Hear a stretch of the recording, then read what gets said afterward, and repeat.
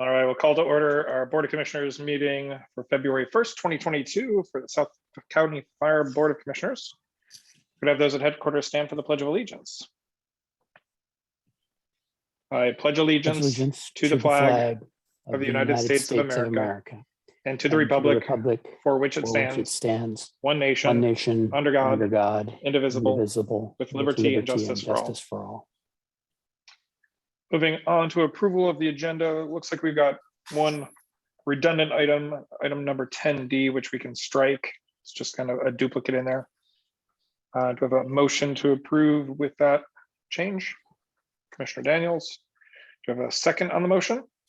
Commissioner Teoflack, any discussion on the motion? Seeing none, all in favor, say aye. Aye. Aye. Motion carries. Moving on to our consent agenda with items 4A through 4D. If we have a motion to approve. So moved. Commissioner Teoflack, a second. Second. Commissioner Daniels, any discussion on the motion? Commissioner Kenny. Thank you, Chief Hovis. Thanks for your responses to my questions on the vouchers. I did want to follow up though on the one for the 45,000 COVID rapid tests for $234,000. That's at page 10 of the meeting packet. Complete Threat Preparedness is the name of the vendor. And I was curious to talk a little bit more about kind of what you had mentioned in your response, which is the burn rate. That 45,000. Well, I want to talk a little bit about that and when we'll need to be reordering again, and whether you anticipate that's the burn rate.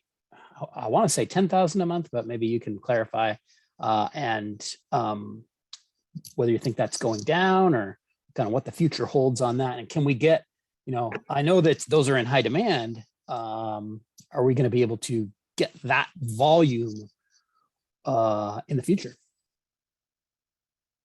Great questions, Commissioner Kenny, and I'll tee this up and let Chief Eastman, I guess, drive it the rest of the way down the golf course, because this has been something that we saw Omicron coming and hoped it was not going to be here, and understood that even with a lot of high vaccination rates and boosters just entering the marketplace, that if we had another wave, that COVID tests were going to be necessary for us to continue to do business.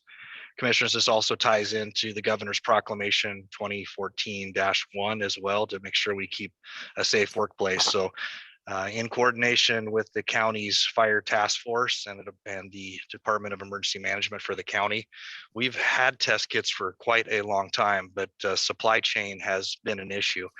As the federal government was spinning up that this was going to be something that they were going to be looking at too for federal employees, there was a rush to market for potential vendors. However, there was just not a lot available in the marketplace.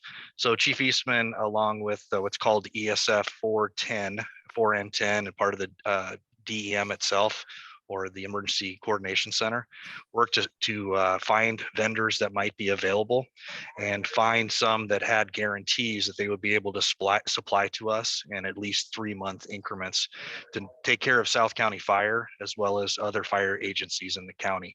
So the burn rate, and what's interesting about this is with Omicron, and we'll talk more about this in the fire chief report, because this is so virulent and went through, our county and our nation, the burn rate really accelerated because people even voluntarily were increasing their testing at the fire stations.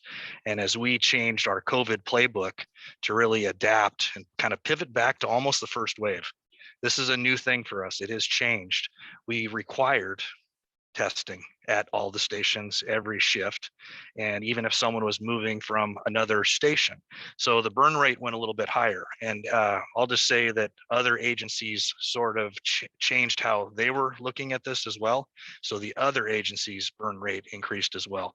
So this has been covered quite a bit in the media about the lack of, going into a Bartell's or a Walgreens and trying to find test kits just wasn't out there. So we were able to secure these iHealth test kits days with a certain vendor and that guarantee. So I do see the burn rate going down in the future if, and I'll talk about this in the fire chief report, if COVID starts to go down in our communities. We have seen a dip in the county. They're seeing a dip nationally. We're seeing less people right now sick at work. But there's another variant that's out there that we're talking about, and we just need to make sure that we keep our workplace safe. And I think I covered most of it, Commissioner Kenny, but if there's anything else that I've forgotten, Chief Eastman, or anything else to add, feel free to fill in the blanks about this. I think you covered it, Chief. I guess I'd like the board to know that this is our third order. We did an initial order for 1 month in December. That's when Chief came forward. And let the board know we did that under his emergency authorization to purchase. And the fact that we ordered from, we didn't do our normal process of bids and all that because you weren't going to get any. We got our first 3-month order. So this order that is in the accounts receivable payable this month is our third order, and should take us through May and June. And we figure our burn rate's about 10,000 a month. And it's increased an extra 15,000 because we ordered a little bit light on the last 3-month order, and had substantially higher burn rate as a result of several things. Folks testing when they come to work, and then we have firefighters with kids at home that can't be vaccinated and they want to test before they go home to ensure they're not bringing COVID home from work, and those kind of things that's supported by the administration to make sure that the workforce stays safe. And when we have exposures or close contacts, we also afford testing capability for family, because you can't get test kits readily available in the market right now. So the whole point of this is ensure we have a healthy workforce and a workforce that can come to work. And it just a little bit more demand than I think we originally thought. And we do have multiple sources to provide test kits. And my guess is we'll do one more order probably before the 1st of April to have it ordered and received as a result of the current PA grant funding covering testing capability. And so unless that gets extended, that will drive our next order, and then what's happening in the environment we're in at the time. I'll just say we'll see where we'll see where the science takes us, Commissioner Kenny, but you'd asked about when this ends, and if another variant doesn't pop up, I'm hoping that spring break ish, that there'll be a lot of people congregating, especially those most affected by this recently. And then with the change in the weather and those things, I'm looking forward to having a summer like all of us and trying to get back in person. So that is our hope, but we're in the business of making sure we're prepared. So that's where we're at. One of the nice thing about this is these are FDA approved, and I don't know if commissioners you've heard about this recently, but they're those emerging vendors that didn't have FDA approval. There's recently been a lot of test kits that have been pulled off the market. So it's really nice that we have this ability. So sorry to interrupt you, Commissioner Kenny. Well, one last question, Chief Ovis. The testing and with the use of the kits, is it going well? And just confirming, fully reimbursable from the federal government? Yes, going great. We've fortunately had some people show up at work and test, and then even without symptoms know that they were positive, so they could not be at work and also take the precautions at home. So that has been great. And yes, they are fully reimbursable under public assistance. Great, thank you. Thank you. Any other questions on the consent agenda? All right. Seeing none, all in favor, say aye. Aye. Commissioner Lawrence, Aye. motion carries. Moving on to approval of meeting minutes for December 7th and December 14th meetings. Motion to approve. Commissioner Daniels, second on the motion. Commissioner Teoflak, any discussion on the motion? Seeing none, all in favor say aye. Aye. Aye. Motion carries. Moving on to public comments. Do we have anybody wishing to make public comment? If so, please use the raise your hand function and you'll be recognized and brought into the meeting.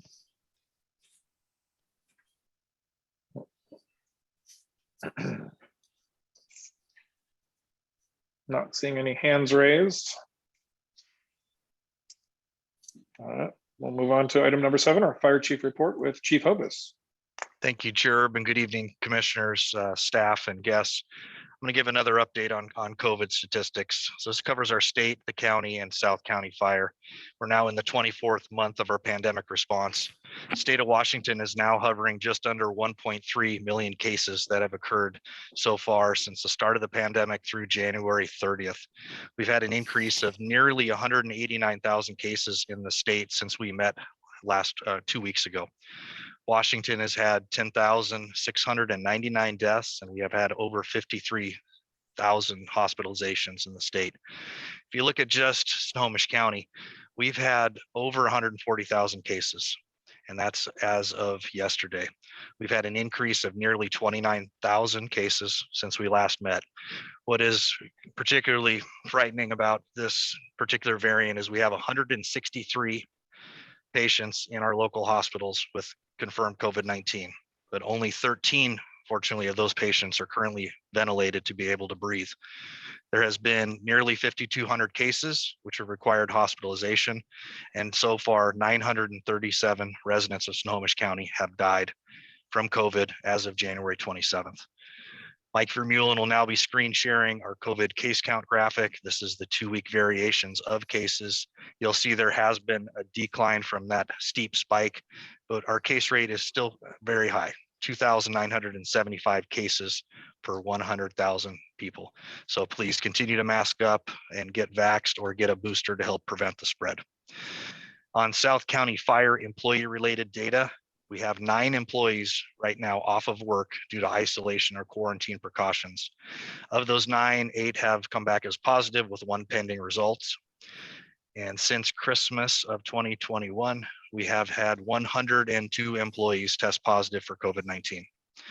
So in summary, our total employees with COVID-like symptoms or on quarantine or isolation since the start of the pandemic stands at 518. Which includes 113 post-vaccination symptomatic employees. And South County Fire has had in total 150 employees who have tested positive for COVID-19 at least once, with 49 of those positives potentially work-related. A reminder for commissioners, COVID is a presumptive pandemic-related illness in the eyes of the state, so 49. And we remain solid at 93 of our uniform employees are fully vaccinated. So Mike Vermeulen will now be screen sharing our first watch graphic, and this is our 2-week period since our last meeting through 4 p.m. today. There are no variations of 3 times standard deviation. Our call volume is hovered at or slightly above our normal expected average. And when you look at the next graphic and put that into perspective, what at our normal or slightly above that correlates to is 1,244 calls for service from the RFA in the last 2 weeks, which is an increase year over year of 245 incidents or about 24% busier. Thanks, Mike. We've now transported 950 confirmed COVID-19 positive patients to date to local area hospitals. Reminder for commissioners, that's basically on data to Providence and the Swedish network. So it's a little bit light and some people have tested positive. I'm sure we've transported that don't include that number. But what's very interesting is that number includes 91 COVID transports just in the month of January as reported so far. So transitioning to South County Fire specific updates, we continue to, through our community resource paramedic and community outreach teams, work on our vaccination efforts. We recently hosted an internal booster clinic that was at Station 15 on January 26th. We continue to support the Edmonds, Everett, and Mukilteo school districts with their efforts, and the next school-based clinic, we'll be supporting them, will take place on February 10th at College Place Middle School in Linwood. And commissioners, I want to let you know that an exciting development, and you'll get to meet these folks next Tuesday. Our recruit class 2022-1 started their employment with South County Fire today. So they will be attending next Tuesday evening for that introduction. You'll see information in your packet, and they will also be taking their oath of office over Zoom. So very exciting. I'm going to have two pictures that Mike Vermeulen is going to show, and this is a neat thing from my perspective as a former Fire District 1 employee and now South County Fire. We got invited to an event that we've never been invited to, something I've attended before. It's called Local Heroes Night. So Everett Police Department, the Everett Silvertips hockey team, and the Angels of the Winds Arena asked us to participate in the event to really say thank you to nurses, hospital workers, educators, law enforcement, fire, and EMTs.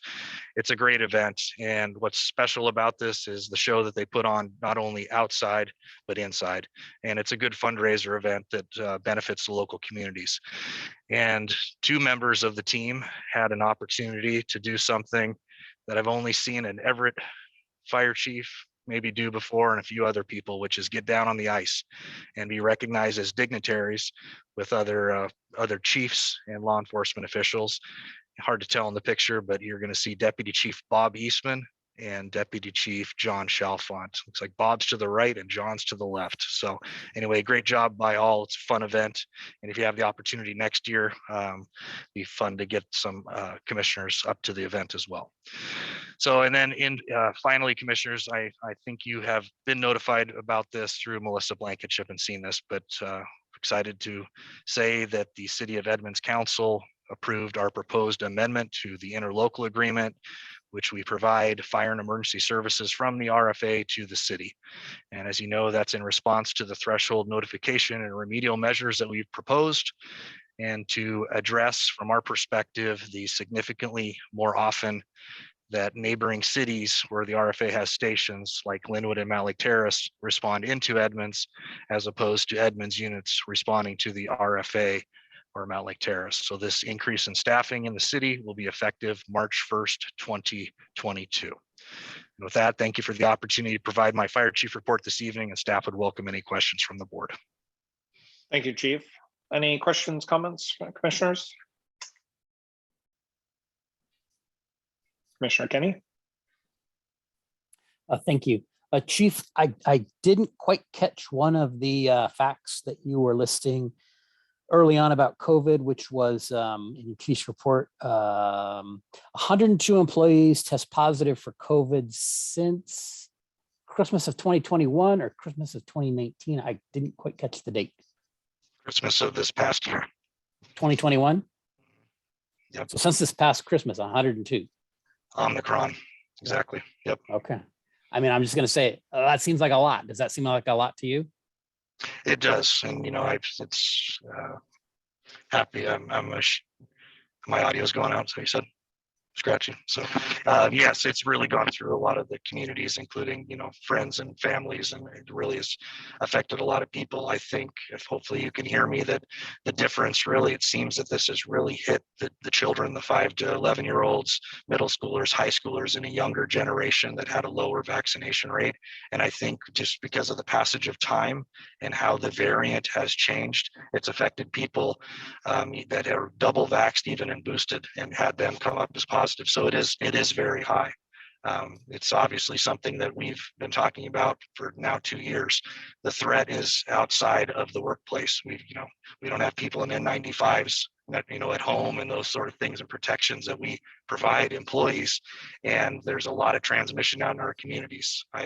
From my personal perspective, I wish that this was the time, stay home and stay healthy, had happened instead of a long time ago, because this would have been the time to implement that, but there wasn't the political will at the federal, state, or local level to make that happen. So that's my opinion. So thank you. Chief, second question for you on the City of Edmonds settlement. Can we get a copy, or can I get a copy of the, I'd like to have a copy of the signed off version of that contract if possible. And we Maybe just they haven't signed off on it yet because they're doing it electronically or something, but I'd like to The- have a signed version of that. Yeah, we just actually received that today, and Melissa Blankenship has a copy. Oh, great. I'd love to get one. Thank you. Thank you. Any other questions, comments for Chief? All right, seeing none. Thank you, Chief. Thank you. Moving on our agenda to item 8, our legal report with Rich Davis. Good evening, Commissioners. I have a short legal report tonight in terms of work we have done over the past month. We've wrapped up the Edmonds agreement that the Chief just referred to. There's been some continuing work on Mill Creek and working through the SEPA process and finalizing those documents that are coming before the board tonight. There has been some environmental work associated with the Verdant property. And then finally, Commissioner Daniels and I had his open government training last week. And so that's out of the way. In terms of legal updates, Long-Term Care Act, as I'm sure you've read in the newspaper, has been delayed a year and a half to July 1 of 2023. It was originally intended to take effect this year, January 1. So that's been pushed back. And something I've been reporting on for several months now, the executive order by President Biden that was implemented through an OSHA rule that applied to employers with 100 employees. As you probably read in the newspaper, the Supreme Court blocked that OSHA rule from taking effect back on January 13th. And so that is not going to take effect. And that's all I have for this month's legal report. And I'll go ahead and open it up for questions. Thank you. Any questions, comments? Commissioner Kenny, then Commissioner Chan. Thank you. Mr. Davis, just to follow up on the vaccination order from President Biden, just to slice that a little bit more, the vaccination order related to large employers was not held up by the U.S. Supreme Court, but they did hold it up for healthcare providers. And I wasn't following the issue closely enough to see whether we would qualify under the healthcare part, and if that was still going forward for us, as you know, on the EMS side of things, or if it didn't. That was upheld, but that does not apply to first responders working for a fire district, the definition of a healthcare provider. So that doesn't cover South County Fire. Okay, very good. Second question for you. When I reviewed your invoice for December, I was reminded of something that Commissioner Urban mentioned at our last meeting, and that was that you drafted, and I guess has gone out, some termination notices to the city of Briar and the city of Mount Lake Terrace for those long-term contracts, which are nearing their end. And I was hoping you could describe for us what is the effect of that and the need for that, and kind of what does that set the stage for? The contracts have a termination. The letters provide for a termination of the contract, and that is if I recall correctly, 2-year time frame in order to wind up. And so what that gives is an opportunity to then discuss with the cities about some more permanent regionalization effort. And my understanding is they're close to making a decision on annexing into the RFA, but those letters would terminate the contract, that would be the effect of it. Of course, you would have an opportunity to renegotiate the contract, or if the cities annex into the RFA within that 2-year period, then that takes effect. So I don't know. Does that answer your question? In part, yes, but as an additional piece to that, I recall one or both, or maybe neither. Maybe you can help me with that. There were automatic renewals, like 5-year renewal on each. Does the termination notice negate the automatic 5-year rollover so that these are ending in 2 years? They would negate the automatic rollover, yes. But we could also negotiate anything new going forward. That's correct. Of course. Yep. Very good. And did you receive any? I assume those have been sent. I'm going to have to, yeah, okay. I'll turn it And over. have you received any response from legal counsel to either the city of Malik Terrace or Briar regarding those? We haven't received any response, Commissioner Kenny. They have been delivered to the cities, really at the city's request. And I hope to get into this a little bit more in work session next week. And Rich touched on this. It's interesting. The timelines have been accelerated a little bit, that there is interest in both the city of Briar and the city of Malik Terrace to annex into the RFA prior to the initial 20-year terms of the current contracts for service. So we haven't received any response. They're still well within their time frame within the 20 years. It's them to understand as they continue to work with their councils and think about sending a potential resolution sometime this year to the commission, similar to what Mill Creek's recently done. So nothing back yet, other than they understand that there's interest from the RFA that they join. There's interest from their side that they consider bringing this to their voters as early as the two election cycles that are still left in 2022 after we get through the April 26th special. So that's where we're at. Great, thank you. Thank you. Commissioner Chan? Yeah, that's kind of brought me back to the whole issues about, this seems to be a pretty big issues in here, but yet it was never brought up to the board, really discussed. Shouldn't that, I also really want to like to have some kind of when the committee have meeting update, or is it the chief's decision to draft all that stuff and without even discussion on the board? We were, Commissioner, we were asked to prepare those letters, and I'll let maybe Chief Hovis, I don't know if you want to speak to the genesis of those. Yeah, so Commissioner Chan and Commissioners, the genesis is it's been discussed in intergovernmental committee about the need to, and I think we've talked about this quite openly, the RFA's desire to have these discussions with our current contract cities.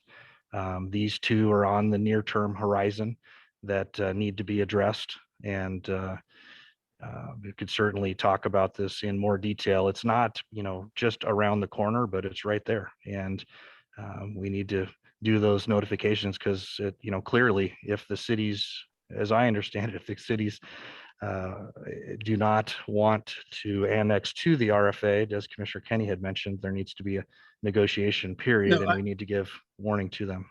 Yeah, but I'm not saying that you're decision right or wrong, but just in the past practice, if any like termination, I mean, you discuss in general, not really telling us to sending that letter to effect about that. I would really, as a board, in the past, committee cannot act on anything without the approval of the board, right? And that's one of the complaints to the last year about the whole thing about Mill Creek thing, but just going on and really nobody, the board know about it. I think it's really not a good practice. I got to double check with the bylaw. Again, our committee is advisory only. They have no authority to take any action on behalf of the board. So a couple of things I would like to request, maybe I make a motion that all the committee should have a minute so that the whole board is aware of it. And the second thing is that any kind of action, I think we need to get a vote from the board. I'm not a good parliamentarian. Maybe Commissioner Kenny can draft something, make a motion. I'm just a discussion now, but I'm really concerned, put it that way. Commissioner Kenny, you have comments on that, or you want to make a motions, or we can wait until next week? Well, Commissioner Chan, I would just say that the sending a termination notice on a contract does seem like particularly two of our biggest contracts, seems like a pretty momentous occasion for the board not to be informed of. Right. Which Commissioner Urban did last at our last meeting, but it didn't come to the board before it happened. Seems like Right. something that should. Right. As to your issue about minutes for the committees, would it do any good? I don't know. Well, at least been informed, just quick notes, what has been discussed and what have been think, because I think the committee need to be transparent to the board too, right? We need to know what's going on. So it's also much easier for us to, when we have anything voted need by the board, then we're pretty well informed on the right way. And I really do not like suddenly this big thick packages and say, oh, this is what happened to we have done for the last 5 months, and here, approve it or not. This is not the way how you process. I want to emphasizing the process is an important part of it. And this has been completely departure from our past practice in here. So I think we need a really good discussion on that. Any other comments, questions? Yeah, I'll think about it, and I think I will definitely make a motion, maybe on the third meeting of our thing to do it. All right. As far as I understand, the whole goal of this commission has been to bring our contract cities into the RFA. This is a procedural matter based on a timeline of the current contracts. And in the entire time that I've been on the commission, it's never been discussed of not ending the contract at its termination date and letting it roll over, because there's been a belief by some, if not all of us, that in order to make the contracts more equitable towards the rest of our regional fire authority, we would most likely renegotiate those if they continued in a contract form. So sending, it was an operational procedure to send them the termination notice, which they were fully expecting, so that we didn't get stuck if something happened into an additional 5 years of the same contract. As far as any renegotiating of a replacement contract, anything like that, I fully would expect the entire board to be a component of that. But it felt as a kind of a timely issue and one of just kind of basic procedure, not necessarily one that needed a discussion of whether we would or we wouldn't. And it wasn't directed by the intergovernmental committee to do. It was a matter of we were informed that it was going to be done per the contract language and making sure we met the timeline and didn't find ourselves into a 5-year renewal. Well, I emphasize the process itself, right? If a commissioner have to sign in all the line of the contract, otherwise we effective, right? At the same time, I cannot see the reverse side of it, that the commissioner not even aware of it, and then you send out a termination. So I think the commissioner need to get involved in both sides of it. A lot of times we talk general, but I really need to take a look at that. I'm just have the courtesy, even a courtesy, to advise the board, because otherwise you're excluding the non-committee member completely, not knowing the major things in here. I don't want to spend a lot of time discuss this, but I think that's an issue, and I like to have a discussion on that and look at the bylaw. And then I look to our legal counsel. This such a major momentous things we need to be discussed and disclosed. All right, that's why I want to do it tonight, but I'll get more thoughts together. This has really surprised me. Any other questions, comments for Rich? Oh, okay. Commissioner Chan. Rich, I completely forgot the reason I raised my hand. I want to questions about the interview. The last time we had an interview with it was a fire chief. That's before the COVID. And in there, we actually have divided in different, I think, segment, different groups to discuss. I didn't invite actually some of the commissioners were participating in that. I still remember. I think Urban was on, even though he wasn't elected, but he was.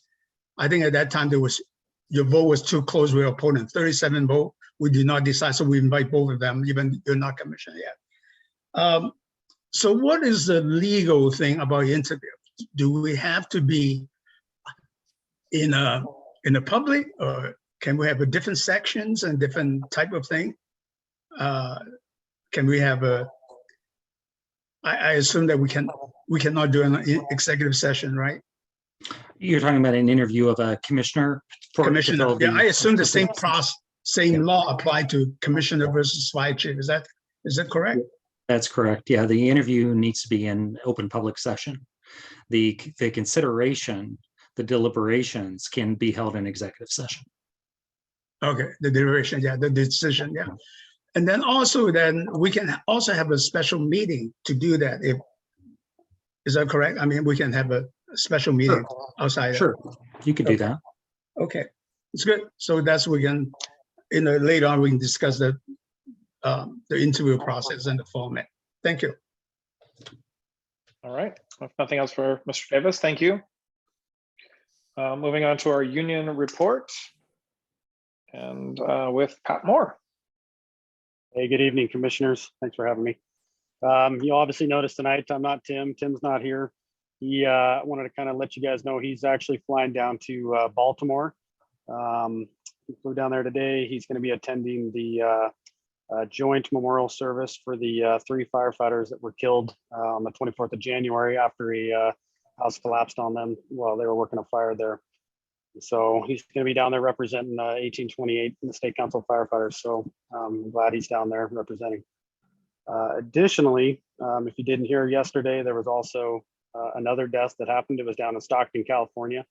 A fire captain that was shot while he was working a fire down there on the early morning. So just keep your thoughts, prayers with their family, their friends, and then obviously their departments that they're with, so as they go through that difficult time. So anyways, both those events obviously just bring highlight to the reality of the dangers our members actually face while they come to work and go to shift every day, so that they potentially might face. So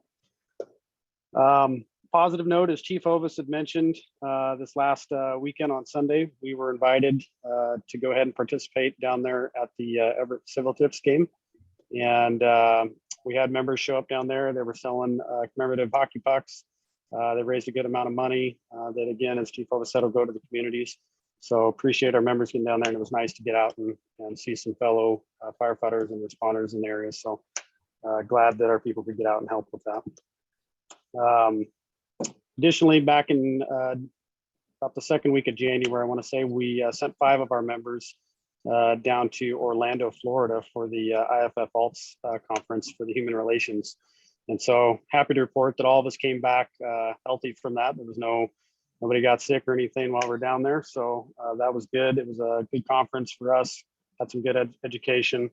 And so other than that, I just want to take a moment, if I can, I always want to recognize the work that our members are doing out there, obviously during the pandemic.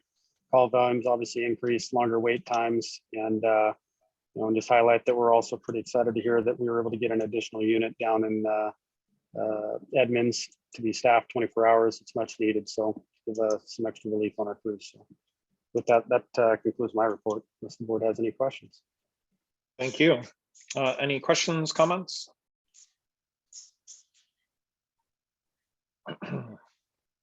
Seeing none. Thank you for being here in place of Mr. Hoover. All right. Moving on at our agenda, item 10A, our City of Mill Creek continued discussion of pre-annexation and temporary agreements.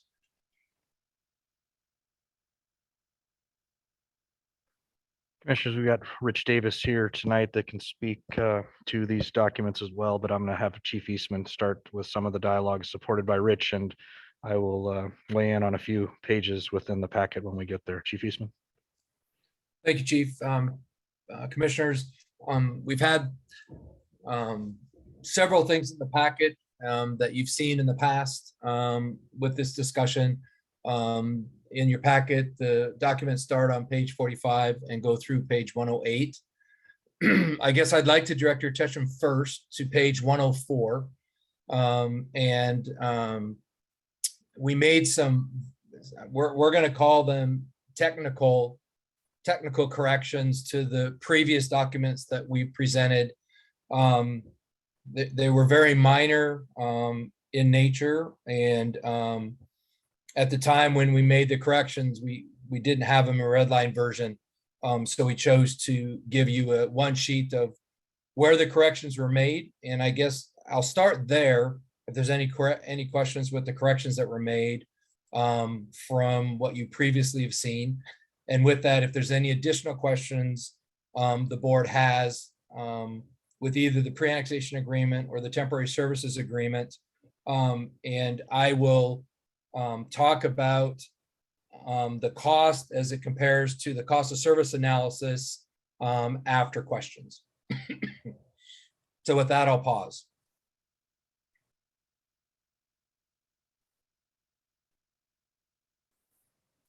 All right, I didn't see anybody having a question, so I'll move on. As some of you may know, some of you may not know, shortly after the RFA is formed, we did a cost of service analysis, which looked at, excuse me, the cost of the services we provide, and how to relate that back to the services and the cost centers we have within the RFA. The original intent of this is as we looked at needing to add resources, potentially add stations in the future, how do we determine what those costs are? Because historically we look at the labor cost, which nobody would argue is the most expensive long-term. But we wanted to know all the ancillary costs and all that, and have a document we could point to that would say if we wanted to add a fire station with three firefighters with an engine and a medic unit, what is that cost? And the cost of service analysis was a tool for us to help with that. One of the other benefits of the tool was to look at who's using the services in relation to our contract cities, and see, are they using more of the service, less of the service than kind of what their contracts are currently set up and paying for. And as if we know, looking back at the contract cities, we base those contracts based on the cost of labor in the fire stations. And then we added a percentage of maintenance and operations and a percentage of administrative costs to those. One of the things when we started those contracts that we didn't have a mechanism to look at in a good way, I will say, is what happens when they start increasing use of resources. In other words, not just these resources out of the station that they're paying for that resides in a contract city, but outside station resources coming into the city at an unbalanced rate. And so one of the benefits of the cost of service analysis would let us look at the services that each one of our contract cities are using, and assigns a cost to that, and kind of looks at that compared to what they're currently paying a contract cost, and be able to use that to help us inform where potentially the contract price could go. Commissioner Kenny asked, how does the temporary services agreement with the city of Mill Creek compare within our cost of service analysis? And if I can share my screen, I'm going to bring up one slide that was presented to the board July of 2020.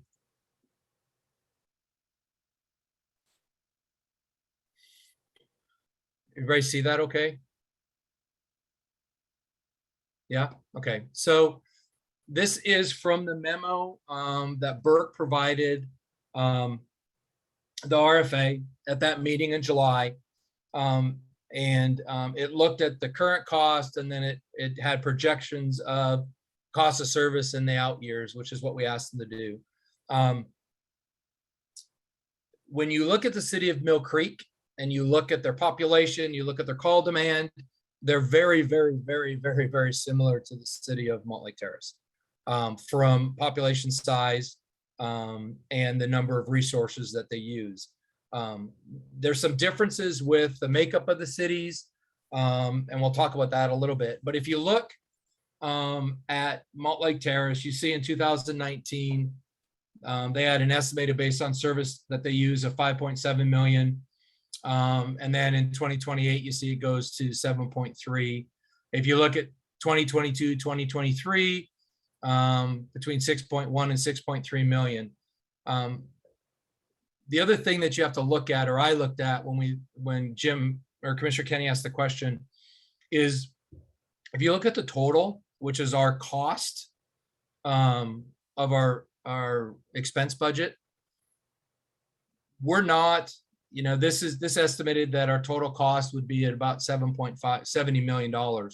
And I think our 2022 budget was just over 76 million. And so we're really looking up here at the 25, 26 range when you look at our expense budget. And so I would say that when you look at the city of Mill Creek, comparing it to the city of Montlake Terrace, we're in a range between about 6.1 to 6.9 million. And I know that sounds like a wide range based on the cost of service analysis. Some of the other things that we need to look at is the city of Montlake Terrace uses a lot more fire marshal services as a result of the development that's going on versus the city of Mill Creek.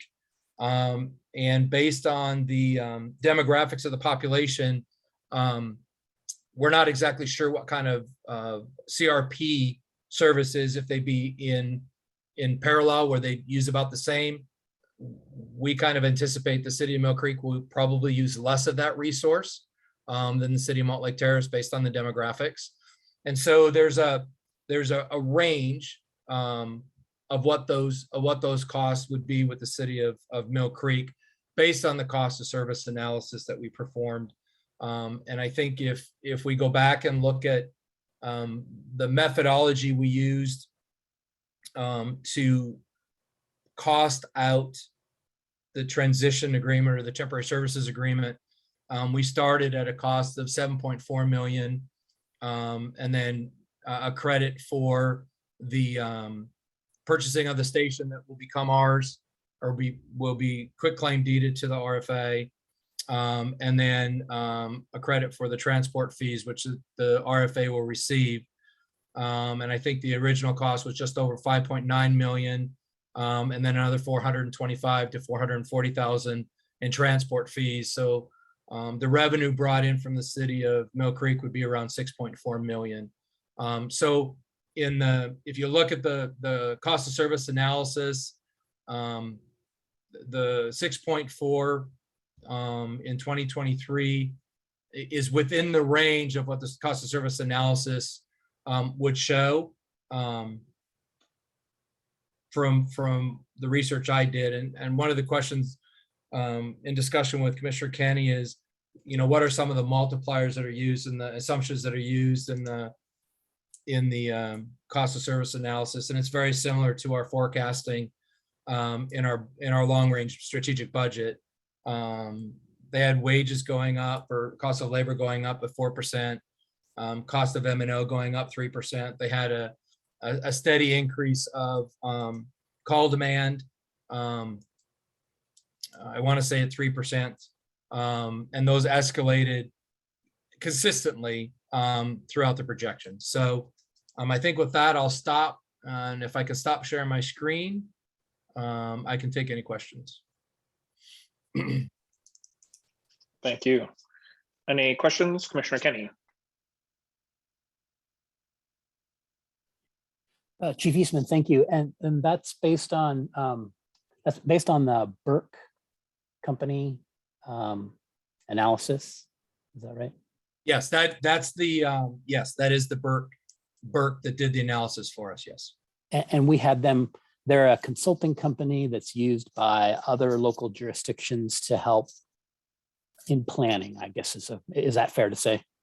Yeah, they do a lot of work for the city. Specific when we first learned about Burke, it was a lot of the annexation studies for the cities when they wanted to annex. Burke did a lot of the work for the cities in that regard. And they created they created a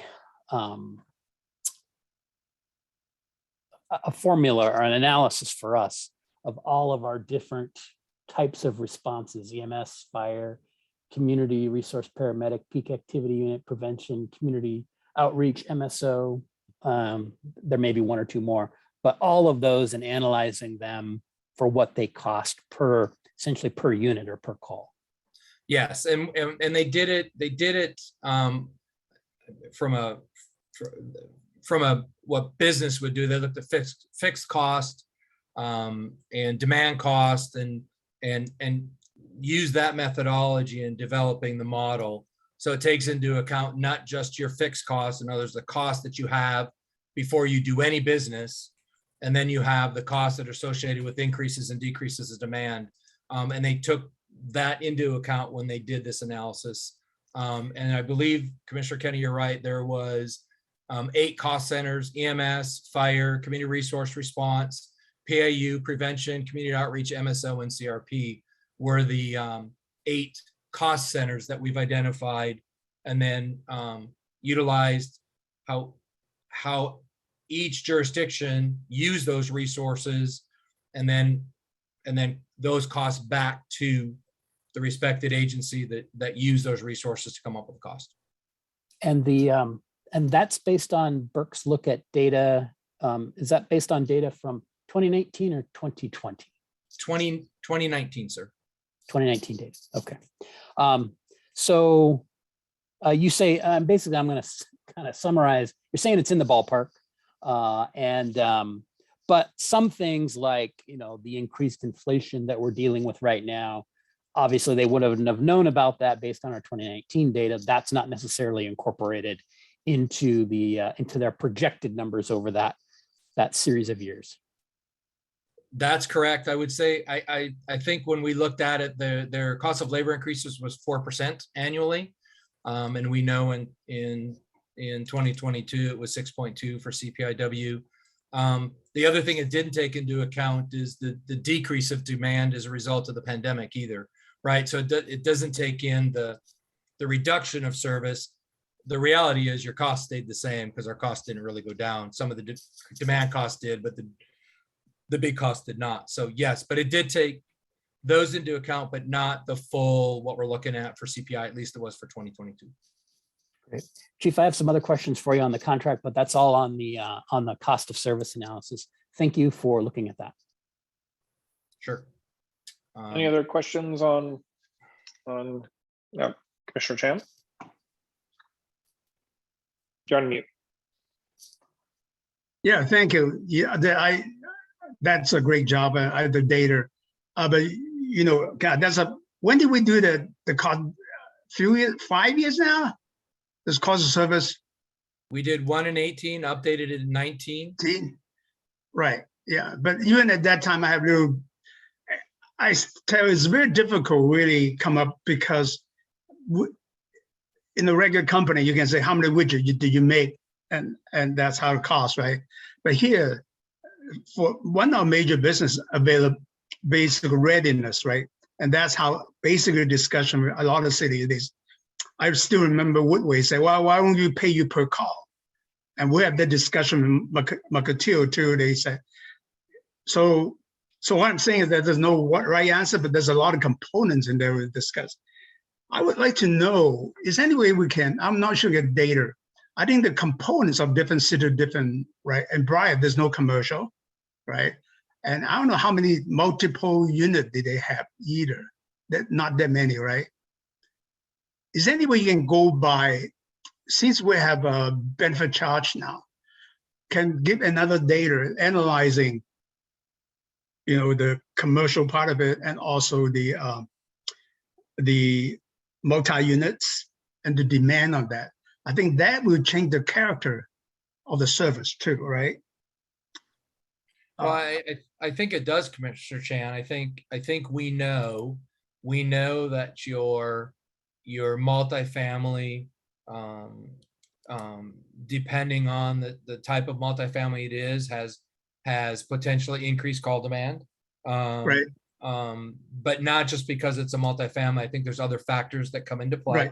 Right. And then And then I think commercial is another one. I know we do look at all those with regards to the benefit charge, and we have that information Right. and are able to inform with that. I'm just just now thinking, I'm not exactly sure how we roll that into the cost of service analysis exactly.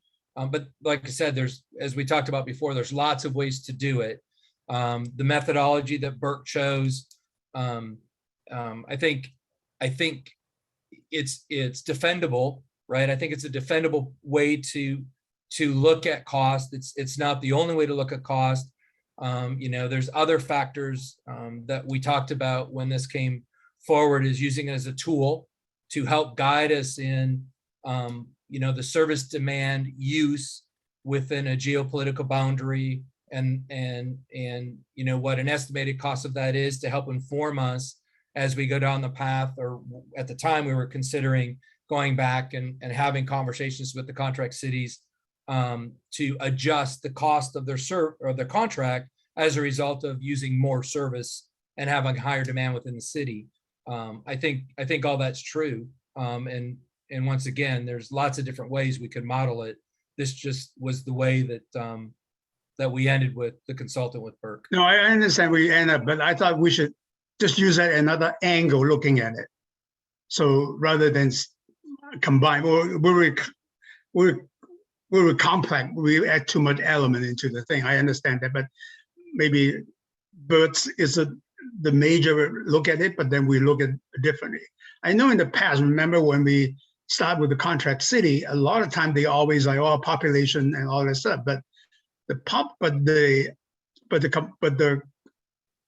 components of the population is critical too, right? And we know the age of the population and all that.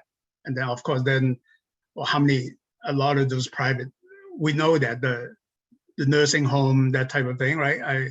You and I know this, we practically have one computer, we basically we can park our units there the whole day. And we can have that kind of data too by calls, right? So then I don't want to so simplify, oh, the population is similar to two station, but really completely different too. So if we can, I can't wait until our CFO come on, and that's why I mentioned that study review and really look at the whole thing to be defendable, and also actually really reasonable, talk to the city and why certain rates and all that stuff. So again, I'm really happy to see the data. Good job. Any other questions, comments? All right. Commissioner Kenny? I have some more general questions on the contract and the finances, but not related to the cost of service modeling. Do we want to go ahead and go ahead with those now, or is there some other presentation? Yeah. Go ahead. Oh, okay. Okay, Chief Eastman, we talked at our meeting on January 11th about the cost in the, I want to start with the interlocal for temporary services, and at page 58 of 122 in the packet, it's page 12 of the contract, the ILA. It's Exhibit A with the contract prices. And for 2023, it's a fixed price of $5,978,082, and 2024 it's $6,152,163. And I wanted to just go back through what we talked about, make sure that I'm on the same page with you about my essential question is, so how did we get to those fixed numbers? Because there's no formula there to indicate how. And what you had described back on January 11th at our meeting was that you used an estimated AV assessed value for 2023 for the city of Mill Creek, which was 6% higher than the 2022. Does that sound right? Yes, it does. And do you know offhand the 2022 AV for or what you assumed the 2023 AV was going to be for Mill Creek. If you give me 1 second, Commissioner Kenny, I'll grab it.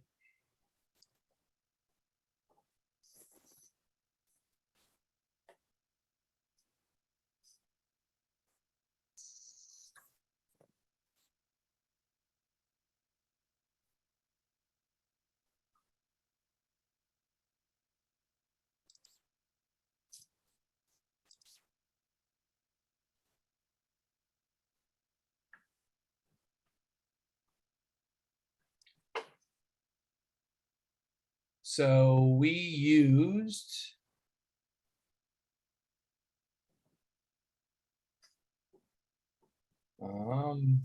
give me a second. Sorry, Commissioner Kenny, I just pulled it up.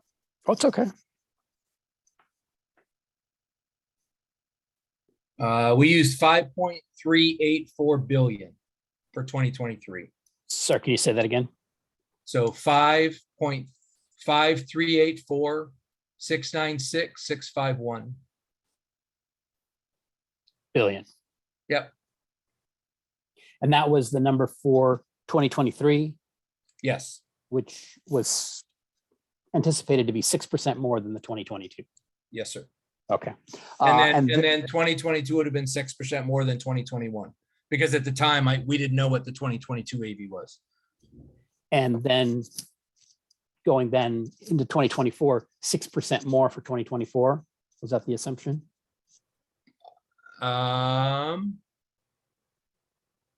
Let's see.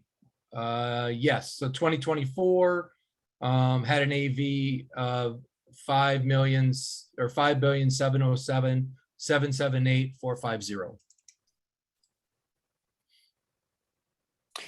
Okay, and then the for 2023, the levy rate to stay to essentially no levy lid lifts. Yep. Into 2023. 2% increase on the fire benefit charge. Yep. 2023 over 2022. A 1% increase in property tax and a 1% increase in new construction. Again, those amounts, those 1% over from 2022 to 2023. Yep. To get the number for the contract cost, and then give the city a credit for transport fees, which you anticipated was about $400,000. 425. 425. Yes, sir. And the same amount for 2024 credit of transport fees. 2024 was 437,750. Okay. And then also a credit for, I wrote down station cost for purchasing the station. Yep. And right now it's $1 million for purchasing the fire station. And so what I wasn't clear on is it $1 million credit both in 2023 and 2024, or is that $1 million divided into a half, 500,000 in 2023, 500 in 2024? Or how is that divided? Million both years. 1 million both years. Okay. Okay. And are there any in that formula? Same thing then going from 2023 to 2024, no levy lid lifts, 2% fire benefit charge increase, 1% property tax increase, 1% new construction, and then those credits back as we indicated for transport fees and station costs. Okay. That's correct, sir. Okay. So I wanted to ask about the transport fees and kind of the rationale for that, because the last city to come into the RFA, I guess the only city that has come into the RFA is Linwood, and Linwood doesn't get any transport fees, and they didn't get any transport fees on an interim basis. So why is the contract negotiated to give Mill Creek transport fees in this 2-year period of time, 2023, 2024? When we originally were looking at, in the traditional way of costing out the additional station at Station 76, and we did it with 5 people and came up with the cost associated with that. It was just over 4.7 million. to operate Station 76 isn't currently is staffed. And that includes the 10% and the 10%. And I think in the dialogue with the city of Mill Creek, while we're having conversations with them, they were wanting to go down the path of our current existing contracts in the temporary short agreement, and we weren't going down that path. And I think through the negotiations and the conversations we had with their staff and over the, I don't know how many meetings we've had, Chief, you probably know off the top of your head. That's kind of where we landed, is that we would give them a credit for the transport fees. We would get the revenue for the transport fees, we would bring the total revenue stream in at the basically just under 6 million plus the 425,000 estimated.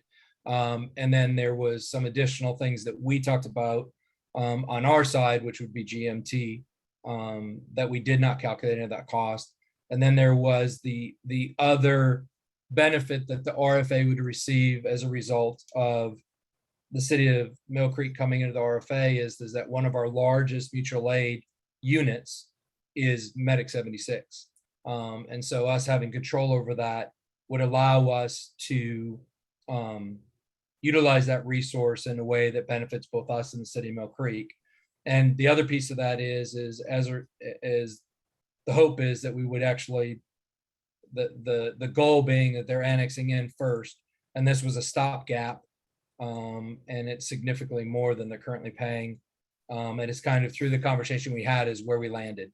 I don't know if there's any other specific reason than that, Commissioner Kenny.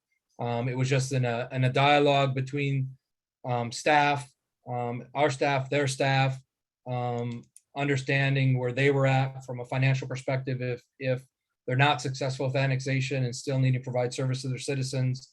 And it's where we landed.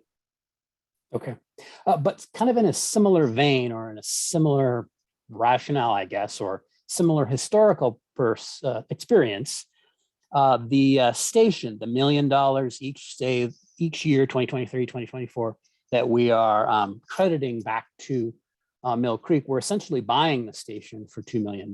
Is that, I mean, that's what it looks like to me. Is that fair to say?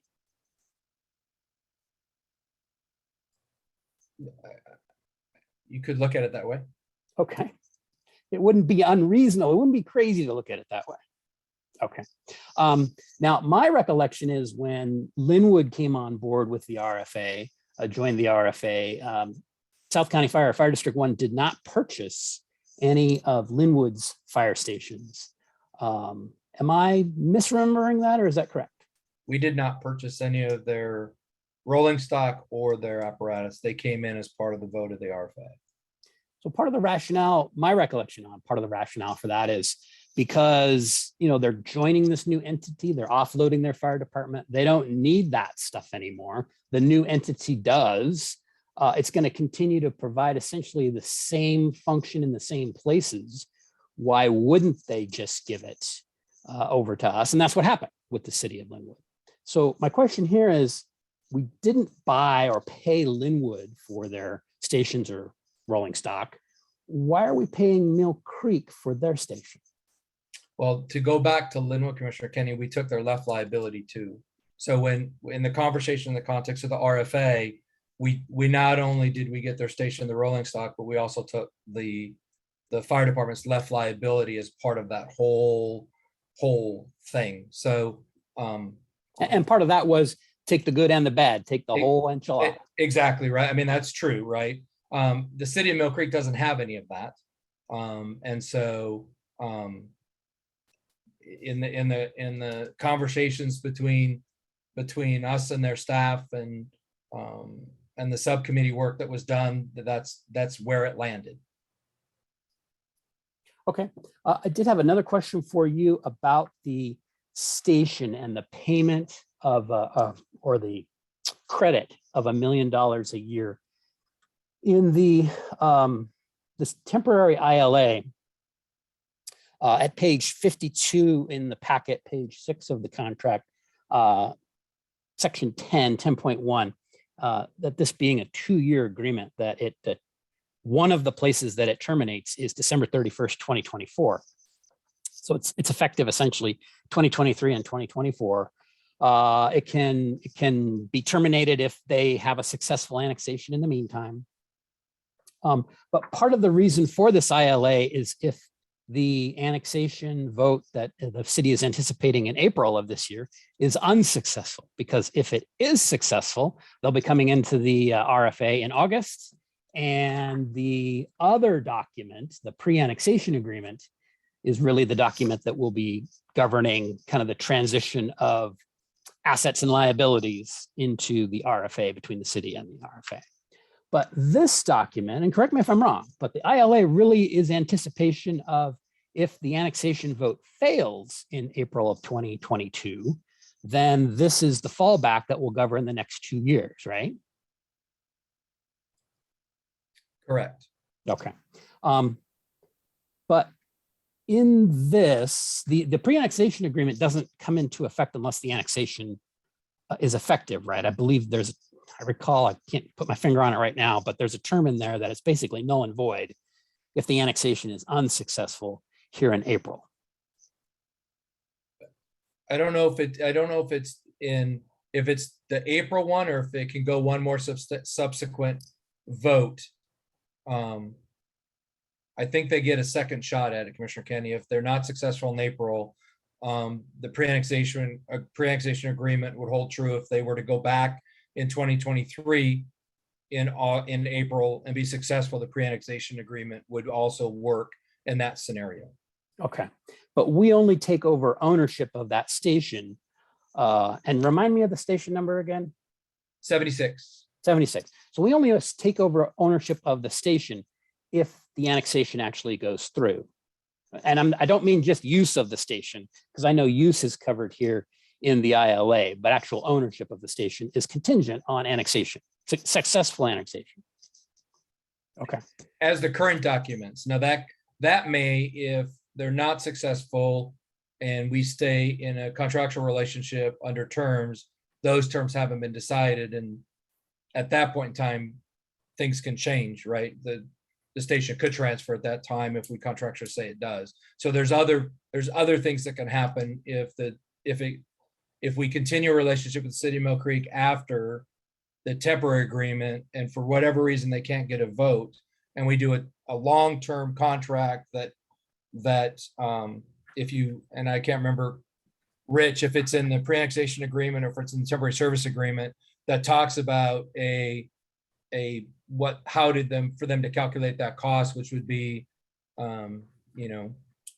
full parity at that point, we would calculate the benefit charge and the mill rate, and there's their cost of doing business. And if they go down that path, we could always in having those conversations with them, if we did want to entertain a long-term contract, if they're not successful, the transfer of the station could be part of that long-term conversation. Right, but that would have to be negotiated at a future time. Okay, but what I'm trying to get at is the transfer of the station, the ownership of the station only transfers with annexation.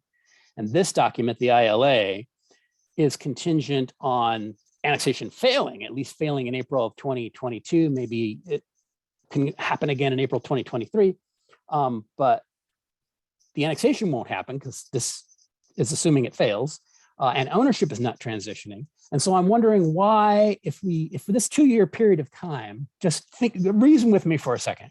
And as we reason together and say, the annexation fails in April 2022, fails in April 2023, this ILA is effective 2023, 2024. It's governing the relationship. Why, under this contract, are we paying $1 million a year to Mill Creek for a station we don't own?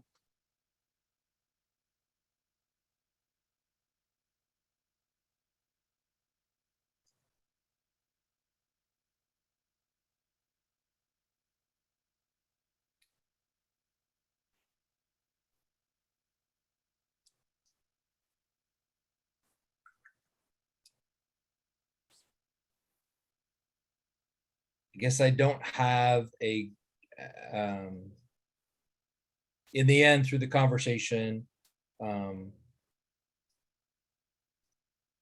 I don't have an answer for that. Okay, thank you. I do have another question for you on this contract. And it relates to Exhibit B, use of fire station. Oh, wait a second. Now I'm actually, maybe it's not B. I want to transition for a second to the pre-annexation agreement, because the pre-annexation agreement, if I recall correctly, maybe I am not recalling correctly. I thought I saw in this latest iteration of these two documents, the fire, and maybe I'm wrong, maybe the fire marshal service. Am I wrong on that? Maybe I am wrong on that. Because I remember on our last iteration that we looked at, the fire marshal stuff had all been lined out, all of it lined out. And I thought it had come back in here, but I guess I think I might be wrong. It hasn't come back in. It has not. We're continuing to work on. We have a draft. We have a draft ILA for fire marshal agreement that we're diligently working on. It just we're a little bit short on bandwidth, and so our hope is that we'll have a draft shortly with that. But we didn't. I think we talked about it at the last meeting. We didn't want the fire marshal's agreement to hold everything up. The intent is for the city of Mill Creek to use us for their fire marshal services, but there was a few things that they wanted to clear up. We needed them to clear up to make sure that the document was drafted where it would meet the needs of the city as they currently understand it, and then also have the flexibility to amend and adjust to have it move to meet their needs, because I don't think they truly know what their fire marshal needs are, because I don't think they can truly identify what they currently receive. And the other piece of that is they also know that the current fire marshal's contract looks at it's only a half-time FTE, and we wanted to make sure we work through that issue with them, because it's hard to hire just a half-time employee in that role. So there's a few other things we need to work out. We're working on it, but the priority is the pre-annexation and the temporary services agreement, as the city looks forward to putting a resolution forward to putting on the ballot. So we're still in the work with that, and they're intended to do that. We just don't have a draft forward yet. So Chief Eastman, Mill Creek and their discussion, the Mill Creek City Council and their discussion of fire marshal services, I'm not sure what information they're getting, because they're saying two things. One, they're in agreement that it's going to cost them, fire marshal services, $100,000 a year. I guess I want to start with, is that correct? Is their fire marshal service going to cost them $100,000 a year, like 2023, 2024? So when you look at the their what we've started with what we believe their services are, and I think Chief Fitzgerald, we have the benefit because he worked with Sonoma Regional and actually did some of the work of the city of Mill Creek. If you look at a halftime, well, it's a quarter of an inspector and a quarter of a fire marshal, and the M&O and the cost of a vehicle, it's real close to 100,000 based on those initial calculations, is what the estimate is, but we haven't actually solidified that number, but that's in the ballpark of what the current conversation has been for their needs. And so, okay, thank you. What Mill Creek City Council is not clear on, and they say both things, and I'm wondering if you can clarify it for me. Sometimes they say the $100,000 is included in those numbers we see in Exhibit A, the 5.9 million for 2023 and the 6.1 million for 2024. And sometimes they say it's a separate additional $100,000 on top of that. They say both things. And so that's confused me. And I'm wondering what you can tell me about, is that if we agree that it's 100,000 or so a year, is $100,000, is that they're getting a credit some here, or are those fresh dollars that are coming to us for those services? In the temporary services agreement, it's part of the total package, as in the transition agreement. In the pre-annexation agreement, if the annexation is successful, we'll have to have a ILA specific for fire marshal services, very similar to how we have it with the city of Linwood. Oh wait, so under the ILA for the 2023-2024, if the annexation is not successful, the 100,000 is included in, so that's essentially a credit to them on what it would otherwise cost. In other words, we're paying that, they're not. It's part of that total cost. Fire Marshal Services is part of that. In the pre-annexation agreement, if they actually annex into the RFA, well, when the annexation is successful, there'll have to be an ILA for Fire Marshal Services, very similar to City of Linwood, for the reasons we have with City of Linwood. Okay. My next question, it's Chief Eastman, it's to you, but it's really also to Chief Hovis, and that is that the Chief Eastman just described how for 2023, 2024, those in the temporary ILA, the 5.9 million and the 6.1 million, those numbers are built on a number of assumptions, but one of them that I want to highlight is that there will be no levy lid lifts. It's based on the assumption of no levy lid lifts 2020 for the years 2023, 2024. And so, Chief Hovis, I take it I'm assuming we've gotten this far, you're agreeing with that. You're signing off on that for the purposes of this contract. We let the city of Mill Creek and their representatives know that we don't have control as staff on what the commission might want to do in the future years that we've been discussing. So we discussed what was authorized in the year 2021 for the 2022 budget process.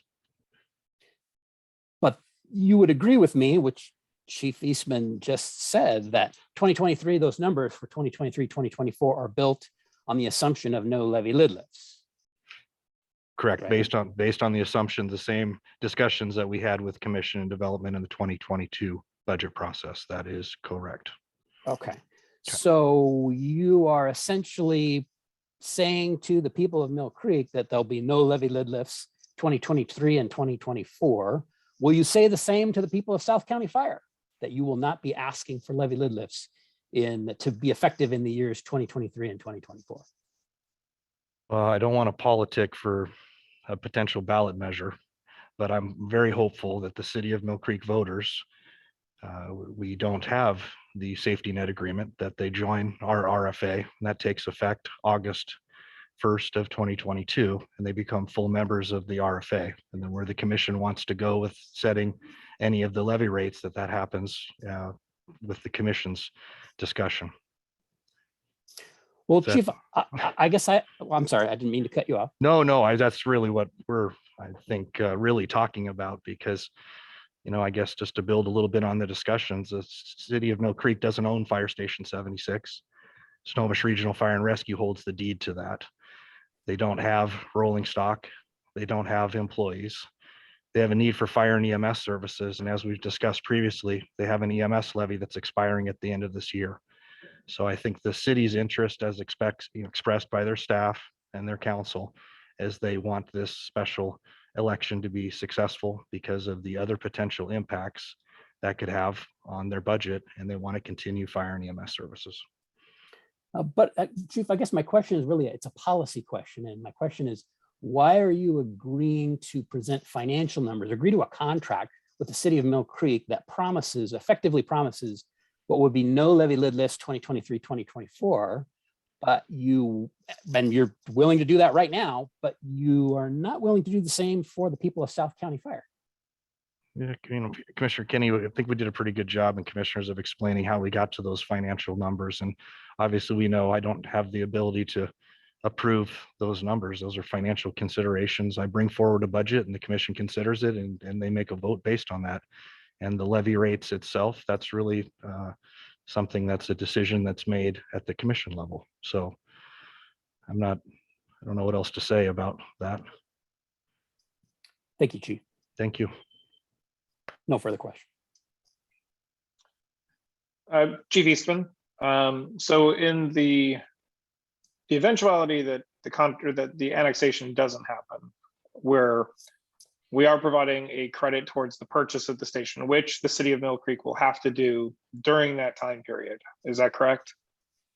And if the annexation is successful, they're still having to pay Mill Creek, and then the station's transferred over to South County Fire. Is that correct? Correct. Okay. And as far as, a levy lid, Commissioner Kenny, I believe that's our role responsibility as far as doing that, not chiefs. But from what I recall in the budget process previously was, staff's recommendation didn't suggest a levy lid lift till at least 2026, 2027 at the earliest.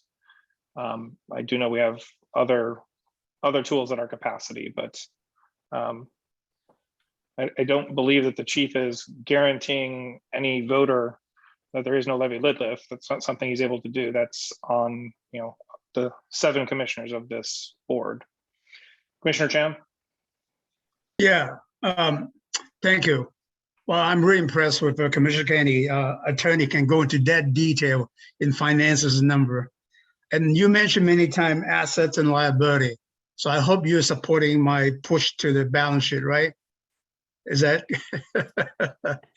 The reason I'm saying that is that because it's critical, it's much clearer who have balance sheets, and so is their balance sheets. And say, actually, my question back to Rich. I remember on the RFA law when UP joined it, there's no really. I know that they should suppose give up whatever they have, right? But there's no. That doesn't need to be equitable or that type of thing. Is that correct? If a poor 5 district, whatever, want to join, they're broke. We just have to accept whatever they got. There's no need to balancing out the equitable part of it. You're talking about for an annexation into the RFA? For annexation, yeah. So yeah, there's 2 types of annexations: annexation of a territory or a city, and in the statute provides that if a city annexes in, except as provided in the plan, all of the fire district related assets come over. You could make exceptions, of course, but that's what the statute provides. But since they own the assets, so really they really do not need to bring anything at all. They don't have anything related to fire because they Right. obtain that service from Surfer. Okay, so I'm not for Commissioner Kenny. I think I'm not defending the administration in here, but actually, let me another question too. So if you just look at our agreement, we're not guaranteed the lid lift and all that stuff, right? So it did not happen. It did not happen. Is that correct? I don't understand your question, Commissioner Chan. No, I'm just too rich.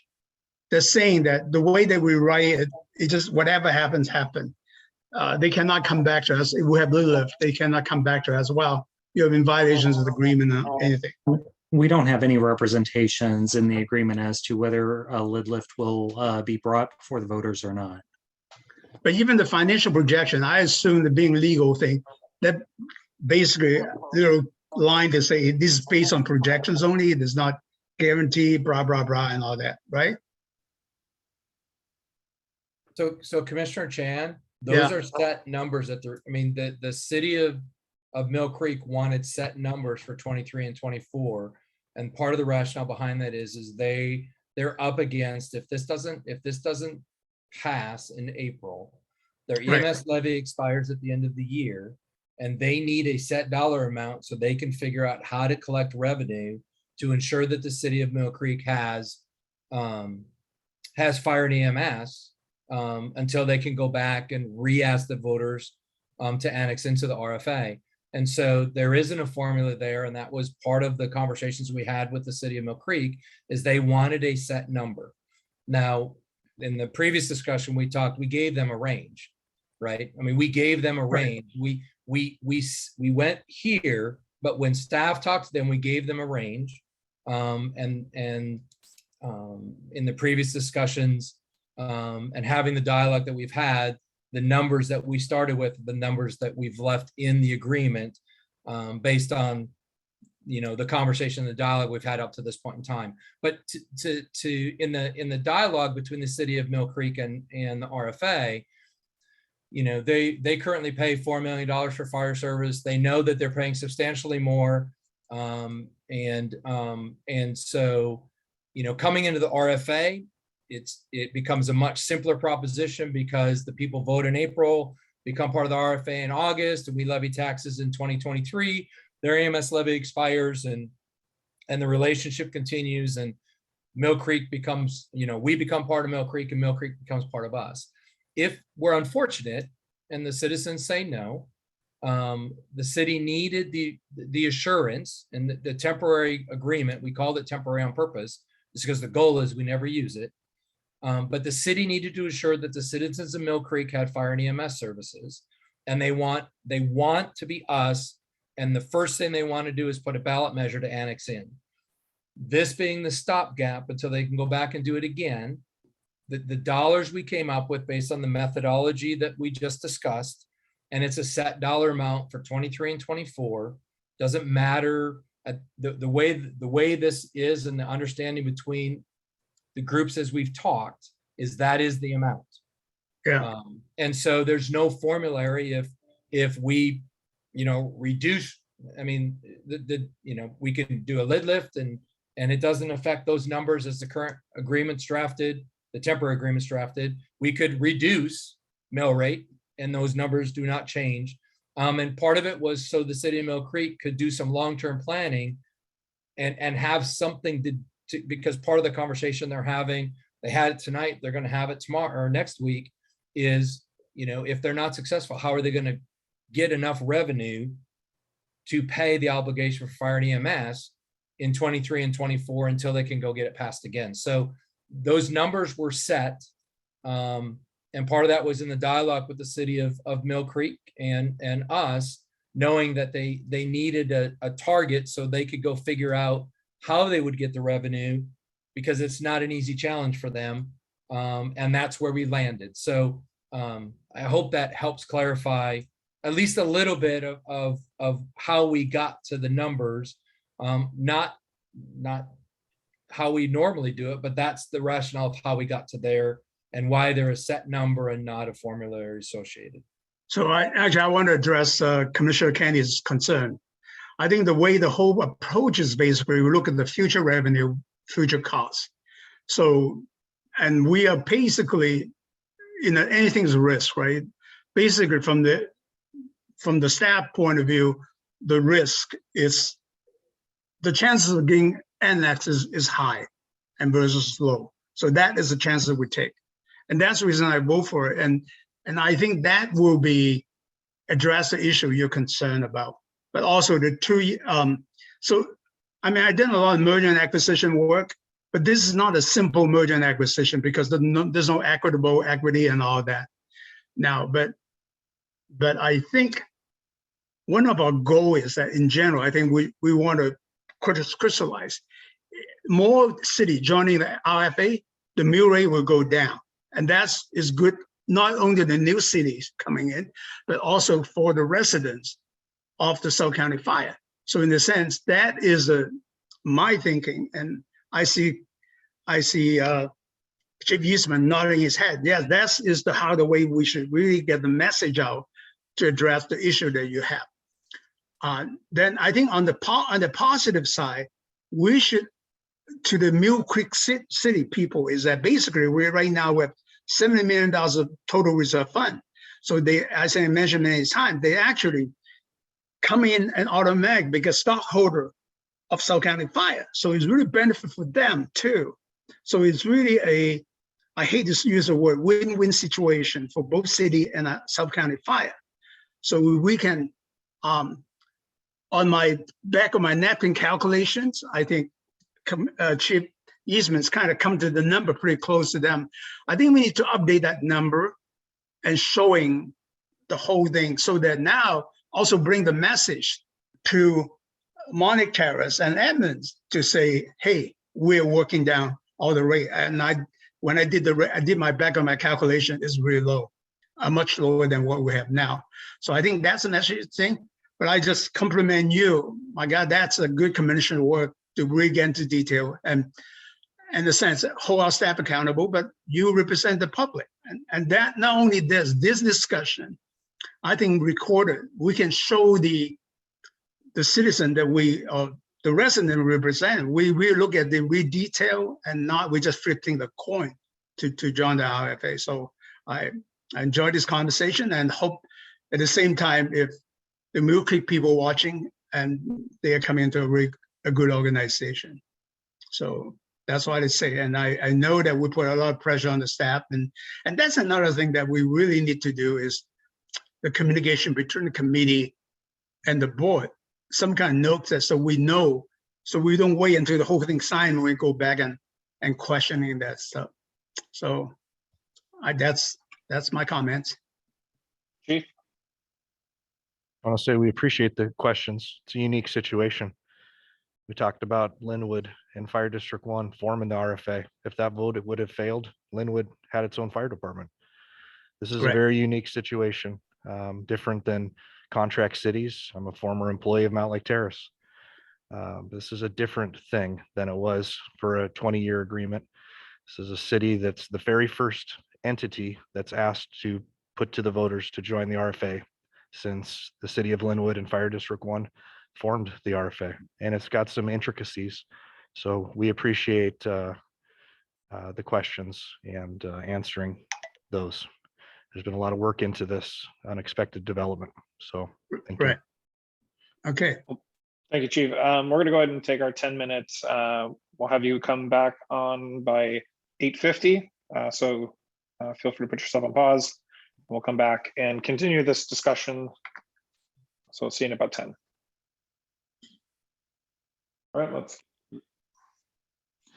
right, we're coming back from our break and continuing on our current discussion, which is the unfinished business, item 10A, the city of Mill Creek.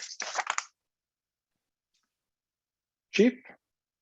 Thank you, Chair Urban and Commissioners. If there isn't more questions on what's already been talked about thus far on this agenda item or in the pages in the packet, I'd like to direct your attention to page 105 and 106. What you have in front of you is a draft letter, and this draft letter is based on my conversation recently with Fire Chief Kevin O'Brien from Snohomish Regional Fire and Rescue. And Chief O'Brien and I had a very good conversation. He's aware of where the city of Mill Creek has been headed. As you know, Snohomish Regional Fire and Rescue, that was known as Fire District 7, provided a 2-year termination notice so that by the end of this year, their longstanding relationship would end. They would not be providing services anymore. And that has got us to this point. So through these conversations that have gotten us to this agenda item, it's been brought up the concern that we need to make sure, and this is based on what we've done as a past organizationally as Fire District 1 and also South County Fire, and also been an interest, we talked about it intergovernmental, we've talked about this with the commission. It's also an interest of the city of Mill Creek that those firefighters that work at Station 76, that if there's budget impacts for Snohomish Regional Fire and Rescue, where they would need to have layoffs, that we would make sure that we would be able to employ those firefighters. A recent development that Chief O'Brien had shared with me is that they had been studying their standards of cover and also looking at capital facilities needs in the future. And if you know Lake Stevens, it is a growing, very fast growing city. And as you go across the trestle and up 20th Drive southeast, where the new Costco location is going to be, there's a lot of density that they plan for. And one of the things that Fire District 8, Lake Stevens, had planned for before they folded into Fire District 7 and became SURFR. So that's the department that Chief O'Brien was in charge of. They had planned to had a 4th fire station built, which would have been called Station 84. And they'd secured property to do that. And we were under the impression, and until recently, Snohomish Regional Fire and Rescue was under the impression that they'd need to build an infill station there pretty quick. But with where everything is at with the totality of the very large area that SURFR covers, if they did that from the perspective of their consultant, it would put a higher service level in one area, that city, as compared to, say, the city of Monroe or some of the unincorporated areas. When my original discussions with Chief O'Brien, he thought, well, if Mill Creek goes with South County Fire, we would be able to take those firefighters and put them potentially at the Station 84, even if it's a temporary facility, or we might be able to cover them with attrition. So what's changed a little bit is they don't plan to build this new fire station, but what Chief O'Brien also indicated to me is that he thinks because of some pending retirement notices that he's gotten already, they may be able to keep all of the employees that currently work at Station 76. When I say all of the employees, I'm not talking about the individual people. I'm talking about that they have a large area and they have a number of firefighters, that they could shift those people to a different fire station in Snohomish Regional. So I've got this letter here drafted because one of the things that I know all of you would agree with, commissioners, is we've had an outstanding relationship with Fire District 7 and now Snohomish Regional Fire and Rescue for many years. Even if our borders change and Mill Creek joins our RFA, we still have contiguous borders in the Gold Creek area to Silver Firs, also into Station 22 Hilltop, into their Station 73 area. They're a valued partner of ours. And I know, there's been good relationships between the commission over the years. I've been part of at least 3 discussions about regionalization prior to the RFA forming in my time here since joining Fire District 1 in 2001. And we've also talked about Station 13 and 77 and a lot of different things. So I know no matter what happens, our agency wants to have great relationships with their agency at all levels. And we need to make sure that we take care of firefighters if displaced. So I know this is something that is an emerging issue, and I think it's important to have clear communication. So I've drafted up a letter here that's in the packet on those 2 pages. And in that light, we've had Mr. Davis draft up a draft interlocal agreement of what that might look like about further cooperation and really the partnership that we would intend to hire up to an additional 20 to 25 personnel in order to adequately staff Station 76. Why that number has flex is that we use a staffing factor historically of 4.582. Snohomish Regionals may be different than ours, so there's a little bit of flex in that number. So and this has been brought up a few different times too, indirectly. And I know President Hoover is not here, but I think VP Moore would agree that 1828 has an interest in this as well, to make sure that they're having good conversations with Local 2781, the Snohomish Regional Fire and Rescue Team. They've had a recent change in their president as well. So we just want to make sure that everyone is, I guess, keeping on the same page, being transparent at all 3 legs of the stool. And I will call the 4th leg, as we've talked about before, the public, right, to make sure we're doing the right thing. So with that, I will pause, but I think this is something that we need to move forward with and have some careful considerations. And I'm going to turn this over to Chief Eastman to talk about something else, because this, I think, is timely, because City of Mill Creek met tonight as well. So Chief Eastman, you got an update from the Mill Creek meeting? I do. So Mill Creek met tonight on the same topics we were talking about. They discussed both the pre-annexation and the temporary services agreement. They also had conversations with regards to what to do with the fire department costs out of the general fund. I think the preliminary discussion based on our last conversation with the city was they're going to return that and reduce the property tax rate. I want to say between 2.6 and 2.7 million. We'll get a better update. I think they're going to pass a resolution next week with that intent. And I guess to give you where the city of Mill Creek's going, it looks like they're going to set up to have for them to adopt and the pre-annexation agreement and the temporary service agreement at their February 8th meeting.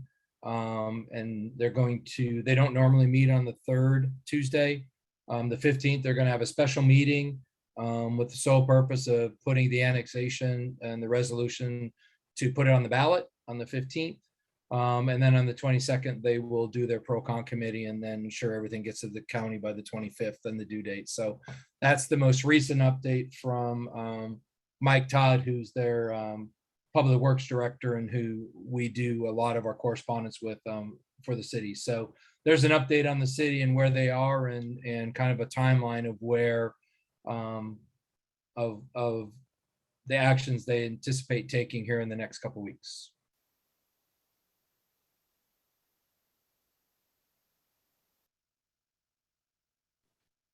Any questions, comments?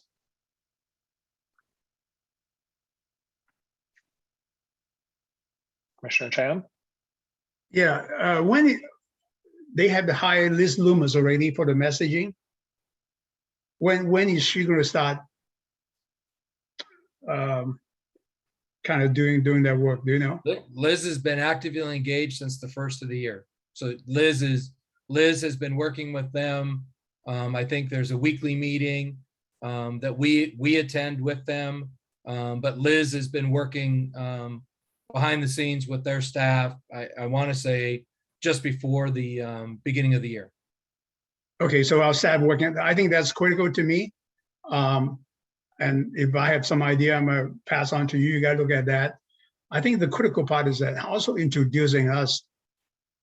It's not just about me, just introduce. I think we discussed that with Rich before. I mean, we don't influence or anything, but I mean, we gotta give them the facts, the benefits, and all that stuff, because they do not know the benefit of South County Fire. If they want to convince the citizen to come over, we need to be transparent to the citizen. And I don't know, hopefully some of the citizen can even come and, asking questions and that type of thing. And send kind of new family they're adopted to, we need to give all the information they need. Commissioner Chan, we're actively engaged with the city. We meet, I think Leslie, and Chief, when he's available, meet weekly with Liz and their communication team to ensure that they do have the facts. They communicate with us frequently to make sure that they have the correct information and the appropriate information. And that will continue throughout the process. I think it's nothing better than the Linwood, past elected, I mentioned many times. They basically give a testimony that how great it is that they joined RFA. That's the best sample. Thank you, Commissioner Chan. And just, commissioners, to be very clear, if Snohomish Regional Fire and Rescue retains all their employees or they're not, coming over to us, this is something from a planning perspective for the RFA that we need to do what we need to do to make sure either way, whether this is, happens with the vote in April 26th or with the safety net up to 2-year agreement, that we have enough firefighters to be able to provide service. We do have our own staffing needs, our own attrition. The Edmonds remedial measures have been accepted. We just have lots of needs and there's a lot happening. So that's the premise behind this. Is I just a written follow-up with Chief O'Brien. It references the commission. I want to make sure that I'm not framing something up that's not representative of the previous discussions the commission have had. And then the interlocal agreement in draft form, any questions could be directed to Mr. Davis. And these are obviously in draft format. I know we're in a regular meeting, but it's just wanted to put those into a proper context because they're an important 4 pages within this packet. Well, so, thank you. Chief Hobos, you and I know we have some. I do not want the whole thing in Bothell happen again, right? You and I know very closely to that. Getting to the union the labor have real different disputes, and I think they didn't get even lawsuits and stuff like that. And I remember there was a lawsuits going on in there. No, that's to me is critical. And as I agree with you, 7 has been a good neighbor, and always, and they're going to be our future neighbor too. So definitely that relationship. It doesn't matter how much it costs, money or whatever. It is critical to me. So, thank you. Thank you. Thank you. Any further questions for Chief on the letter or the proposed interlocal? All right. Thank you, Chief. So I'm assuming this will be brought back at a future meeting for potential action. Yes. Go ahead, Bob. Go ahead. Well, Chair Urban, I think if the city's looking at entertaining these at their meeting next week, I know next week's a work session for us. And I don't know if there's any consideration to potentially change that to a special meeting and for the board to consider action next week to stay in timeline with the city of Mill Creek. If that's the desire of the chair and the rest of the board, staff will prepare the documents as such, if that's the desire. Okay. And just to clarify, so this interlocal agreement is separate from the additional Mill Creek documents that we were discussing. This is a separate item that, we could entertain a motion currently if the board was comfortable to pass it now instead of waiting on a future meeting. Because regardless, we do have staffing related matters with the additional 10 that we're going to need on the Edmonds increase and future for Mill Creek. So if anybody wishes to make a motion, we can pass that now, or we can try to do that in a future meeting.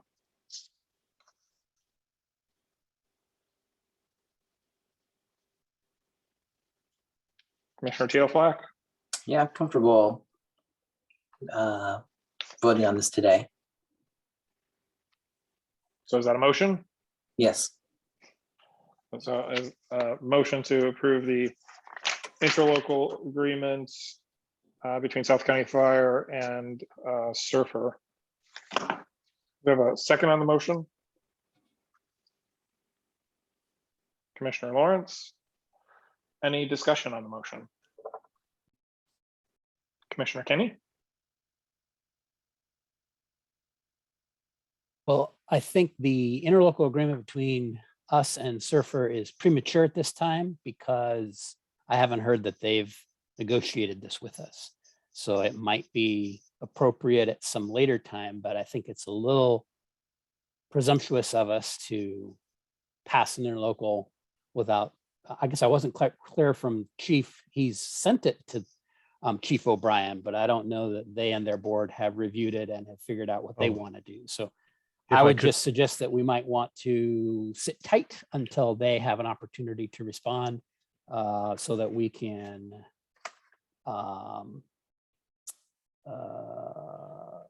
get their side of the story, so to speak, if there are some other things that need to be in there. Chief Elvis? Yeah, sorry, commissioners, I should have been more clear. So on pages 105 and 106 of the packet is a draft letter I would send to Chief O'Brien. I have not done so yet, but it suggests that both parties could enter into an interlocal agreement. Our legal, Rich Davis, has drafted that interlocal. It would go over to them with the draft watermark removed from my 2-page letter, retain the draft watermark for pages 107 and 108 for the interlocal agreement, and let them contemplate what they might want to do, which could be to propose draft bill changes with their legal team, et cetera, just to provide Chief O'Brien and the commission the opportunity to engage in those discussions. So I have not yet sent the letter and of course the interlocal, but if this was to go, that would be my intention. So thank you. Hopefully, Commissioner Kane, does that help to explain that at all? Yes, because I thought you had sent it. So No, that's sir. even more important that you haven't. No, I have not. I want to stay in alignment, and the words were carefully chosen. I think, I've heard intent, and I just want to make sure that, we're staying in the best alignment our two organizations have enjoyed for, decades and decades. So thank you. Commissioner Daniels? I thought that Commissioner Kenny had raised some good points in what he was talking about earlier. And so I'm curious to know that the interlocal agreement, would that just to help start the conversation, or is that also ignoring then Commissioner Kenny's questions?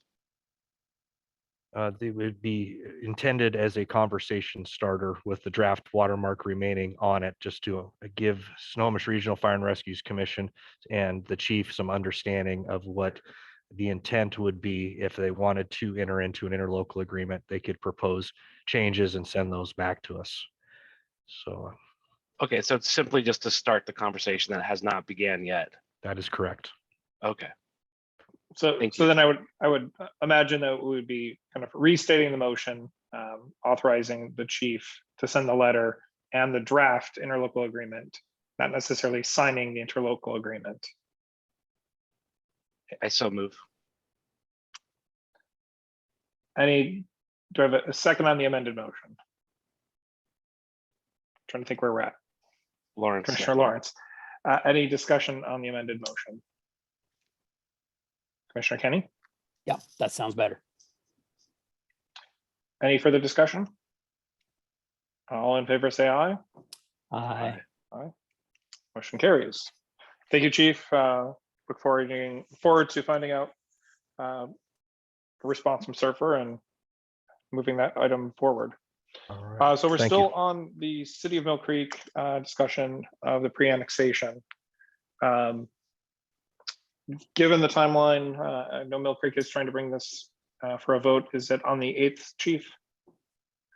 So which would be at our next work session. And the intent or the optimal would be either to pass it now or pass it, turn our meeting on the 8th into a special meeting and pass it at the same time as Mill Creek to keep the timelines in sync and allow them to move forward. Is that correct? Yes, sir. Okay. So I mean, given that timeline, are there any additional questions on the documents, that have been presented? And Commissioner Daniels? I don't have any questions on the documents that have been submitted. I'm most curious to learn what Mill Creek's going to come back with, or Surfer, with the start of the conversation.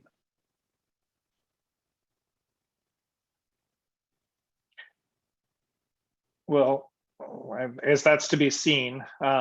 You know, the issue as far as in getting these documents passed through the commission to allow Mill Creek to move forward to the April special election. We'll need to either pass them tonight or turn our next meeting into a special meeting and pass them at the next meeting.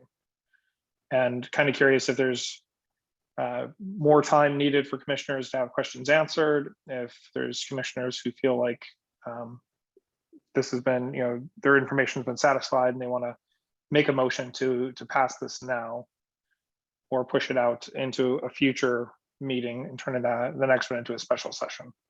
Commissioner Daniels, then Commissioner Chan. I'd be interested in turning the next meeting into a special session. I'm really curious about Commissioner Kenny's questions and what information can be ascertained from their responses. Commissioner Chan. I agree with Commissioner Daniel. Okay.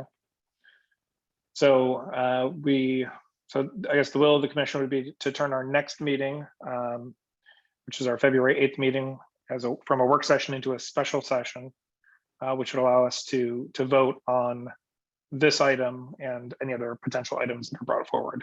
Is that correct? Okay. Melissa, if you can make sure the proper notifications go out, and we'll turn that into a special session. Anything else on this this topic right now, Chief or Chief Eastman? Okay. Thank you. Moving on in our agenda to item 10B, or Commissioner Appointment Update with Melissa.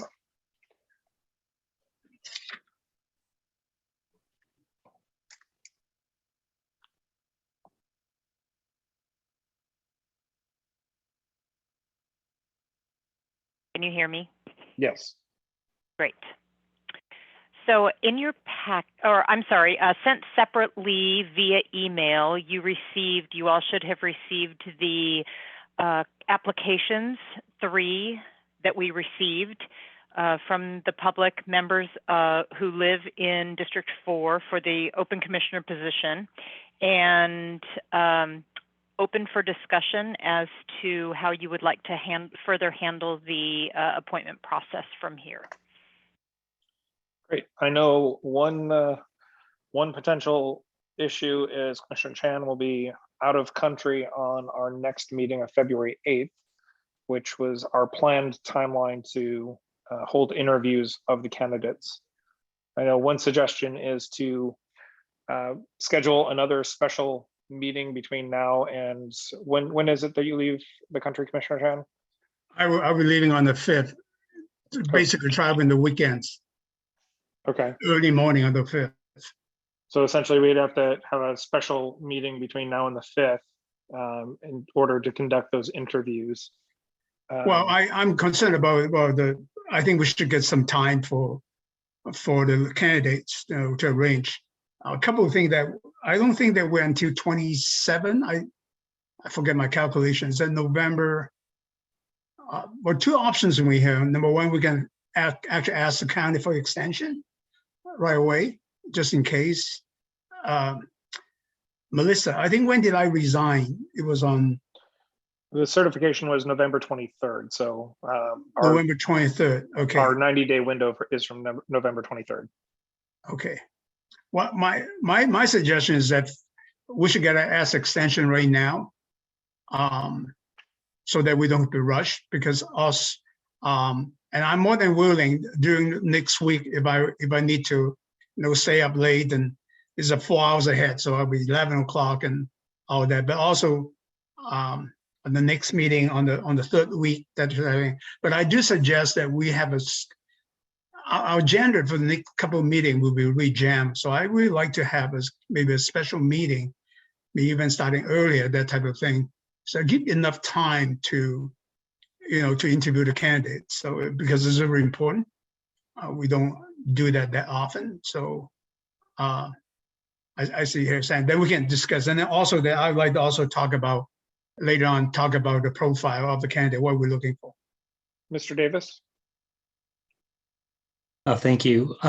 So in reading the statute that applies, I don't think the county has the option to give us an extension. It looks to me like it is a mandatory switch from our authority to appoint to going then to the county.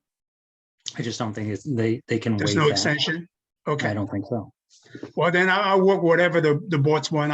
It's important interview. So I like to participate. I will do whatever the board please. Commissioner Lawrence. Yeah, my suggestion is to have it on a different day. When are you going to be back, David? I will be back on the Sunday, a week from now. A Sunday from coming back on So essentially 2 days before our February 15th meeting. yeah, well, probably, yeah, to be safe, on the 13th, Sunday, I'm coming back. Yeah, because, we got the interview's pretty important. It'll take some time. It'll be a long meeting if we do it Right. on a night. And so I'd just like to have a separate night, and it'd just be Melissa and the board. Yeah, I completely agree with you. So I guess the week of 14, I think will work. I'll be back. So Would that be within a time limit that we got to have this? no, we'd need to vote on it by the 15th unless we had a special meeting specifically just to vote on the candidates before the 23rd. Yeah, so the 14th, we could have that meeting. yes, or 16 or whatever. Well, one suggestion is Commissioner Chan's going to be about a 4-hour difference. What is everybody estimating as far as the amount of time to interview for each candidate? I mean, is it 20, 30 minutes per candidate? So I mean, if we're looking at an hour and a half for 3 candidates, what about the potential of doing a special meeting ahead of our meeting on the 8th, starting something at 5 o'clock, do the hour and a half, have a half hour break, and then joining on our regular meeting on the 8th. That would give Commissioner Chan starting that at 9 o'clock versus 11 o'clock. And then we would still be able to potentially have an executive session to discuss those candidates on the 8th or potentially the 15th before we take action. I really suggest that we give a lot of time because there's a lot of follow-up questions and type of thing. I don't want to run out of time wise that we do not get a good interview, and is also disrespecting the candidates too. So I really agree with Lawrence. We should have a separate night to do it. Commissioner Daniels, What is the deadline? In Excel, when I logged in November 23rd and added 90 days, it came out to Monday, February 21st. so it would be the 21st then. Okay. I wasn't sure if I was using the right date or not. I just wanted to confirm. So we have to hand over a name to the county elections board by Monday, the 21st. Is that the correct conclusion? I'm looking to Rich. Rich. And well, you have to take action. So the board has to vote to appoint within that 90 days. I didn't do the calculation, but assuming that's the correct date, yes. Without having an additional special meeting, the 15th is our last board meeting of the month. So ideally, we could make a decision by the 15th in an ideal world. But the other thing is that it would be great if I mean, I hate to do it on my vacations, and also got 14, 16, 17, 18, I'm completely open. 19, 20. Commissioner Teoflack, then Commissioner Kenny. As far as the time of day, anytime from probably 3 p.m. to 7 p.m. is I would be off limits for a meeting. Okay. So we would need to work it, a special meeting sometime during the daytime, either before Commissioner Chan leaves town or when Commissioner Chan gets back. But we can still meet after 7. I mean, that's no question, no problem for me. Or Commissioner Chan can take it from the beach during the day between the time frame of the 5th and the 14th. Commissioner Kenny?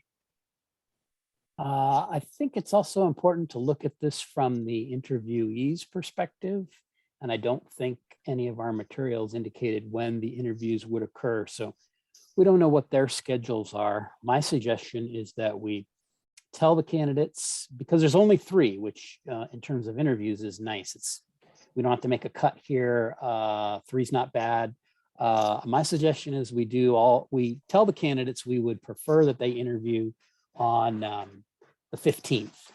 And then if somebody is not available, offer a fallback date of the 8th to interview. And I suggest 45 minutes. That's 20 or 30 minutes of, these are just some thoughts from the past. 20 to 30 minutes of preset questions with 15 minutes of free for all. It's worked really well before, but 45 minutes an hour is maybe a little long for this type of position. 45 minutes is about right. 20 minutes is probably too short. So with a 5-minute transition between each person, because this will all be happening on Zoom. And my guess is 2 will do the 15th and 1 will do the 8th. And that might work out nicely.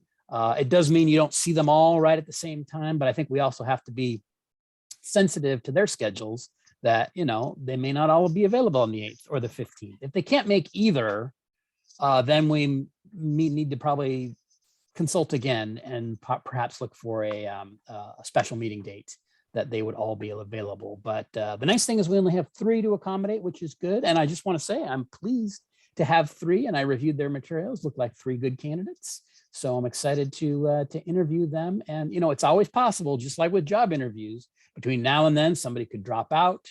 The other thing we have done in the past, so typically the way this would go was we do the interviews, then we recess to executive session where we debate the merits, then we come back out into open session and we have a vote.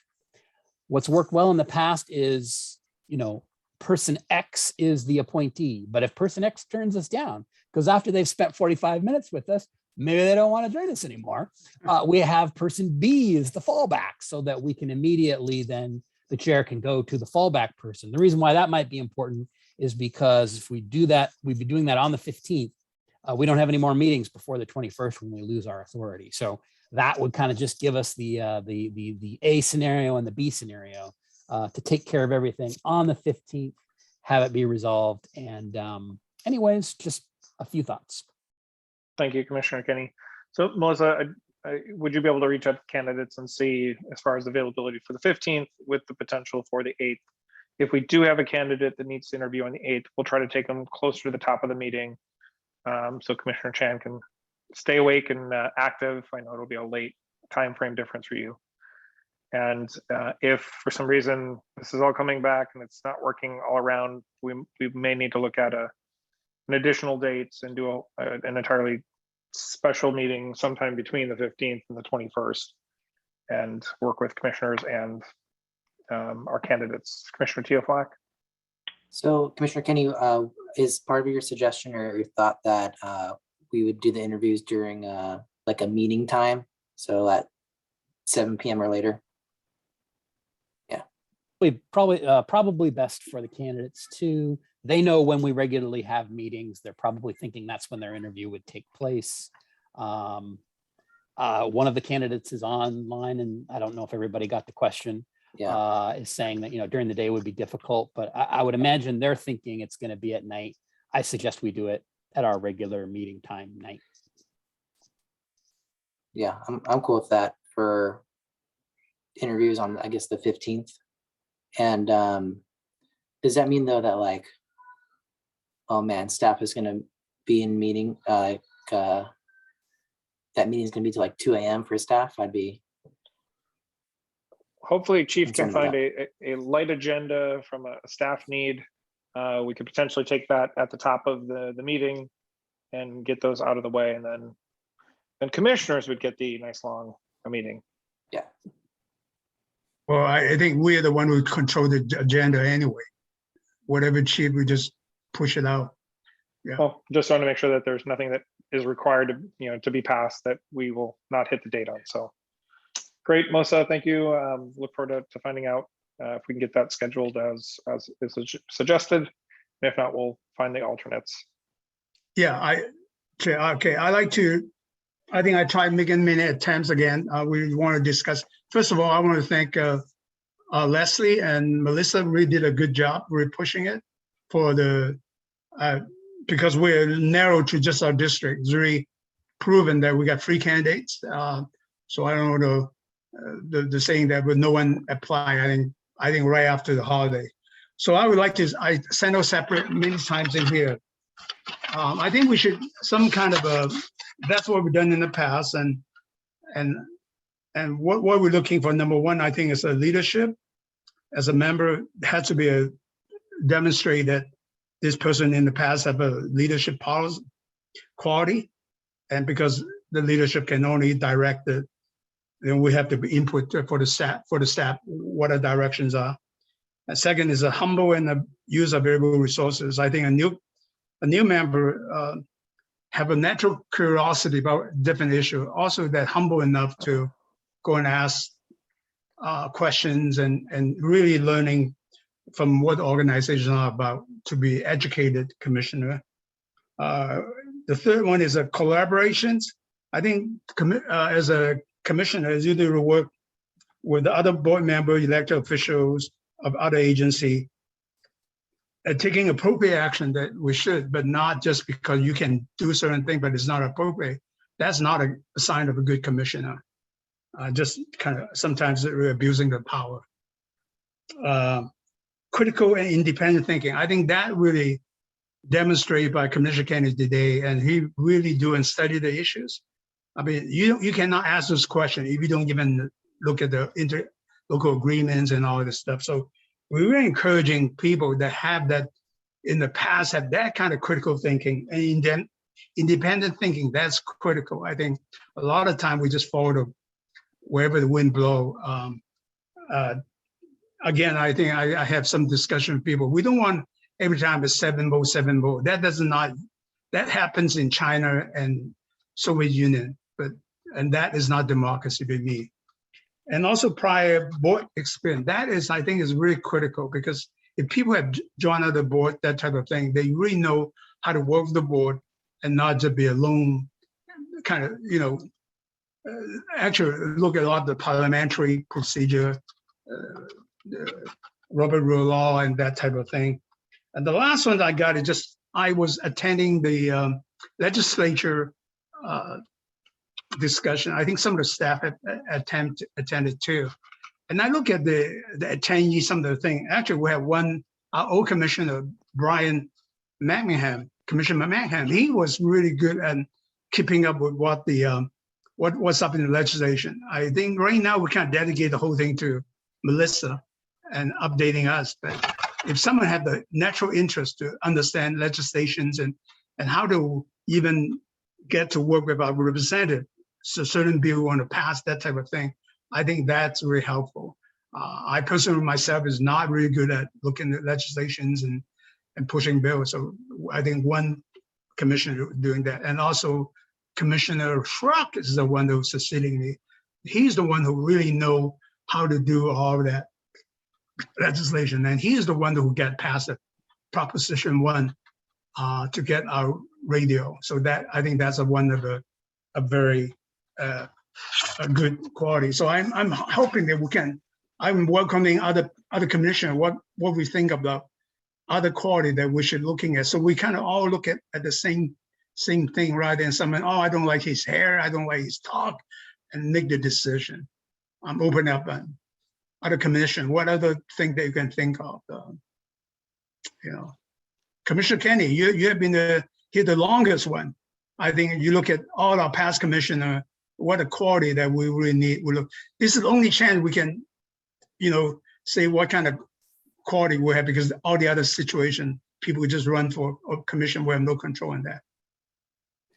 Yeah, I mean, Commissioner Chan, I agree with things that you've described. I have kind of a narrower list, a more basic list, which is, can you make it to the meetings? Do you have time to do that? 2, common sense. And 3, do you hate fire trucks? And if you hate fire trucks, then this is not the place for you. But you don't need to know anything about what we do. We'll teach you everything.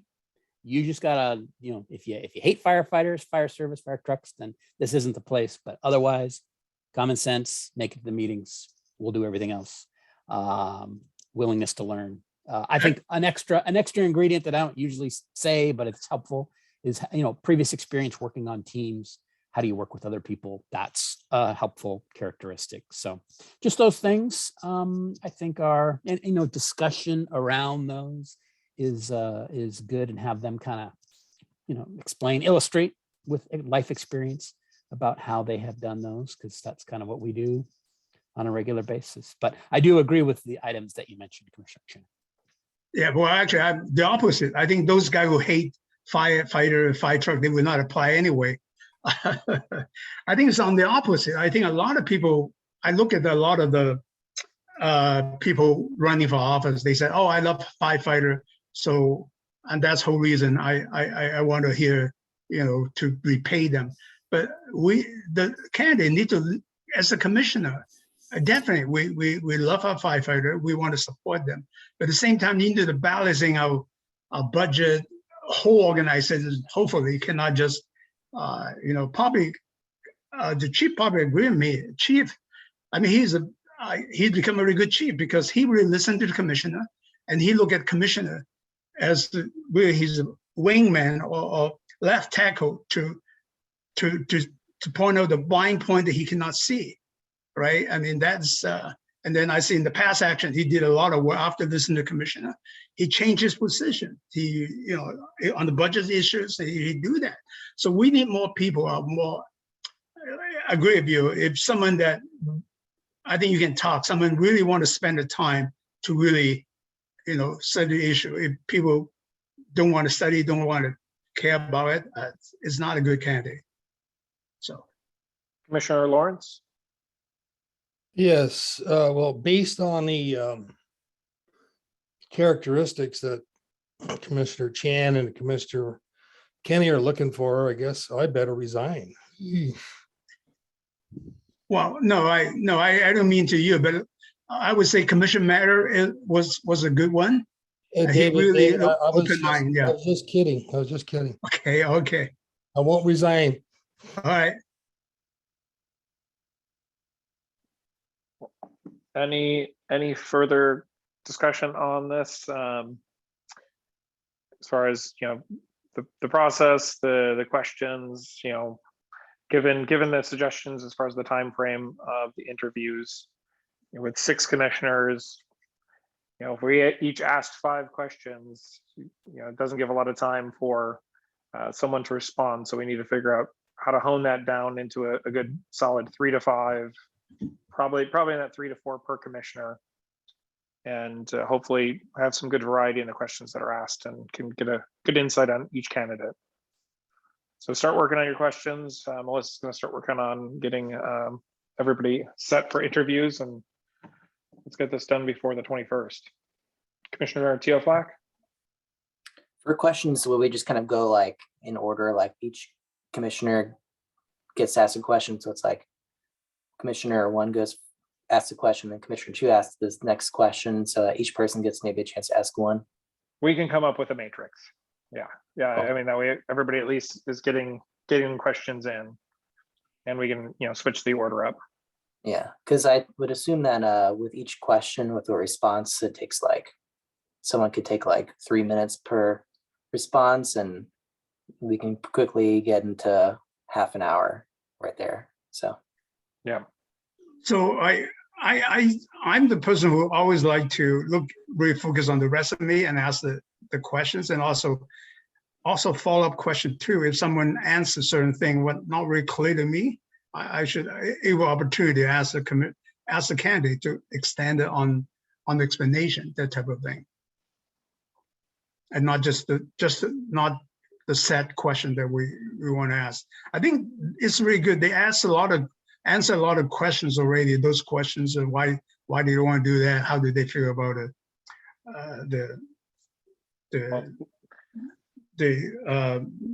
The plays, why are that? I look at those are pretty good answers in there. Well, let's hope for brevity and concise answers so that we don't have to run these for an hour each. Well, that's why flexibility is important. Yeah. Okay. Yeah. Great. All right. All right. Moving on to our legislative update, item 10C with Melissa. Hello again. So on January 27th, the WFCA held a legislative briefing to provide the status of pertinent bills that are being tracked in the legislature and information on upcoming testimony opportunities. And there were several members of staff and commissioners, a couple of commissioners, I believe, attended, and myself as well. And so I did include the update provided by the WFCA in the packet for your review. And there are 3 bills that we're watching at this time that appear to be moving forward to some degree. And those 3 include the EMT Vaccine and Testing Authority, that's House Bill 1893, Senate Bill 5754.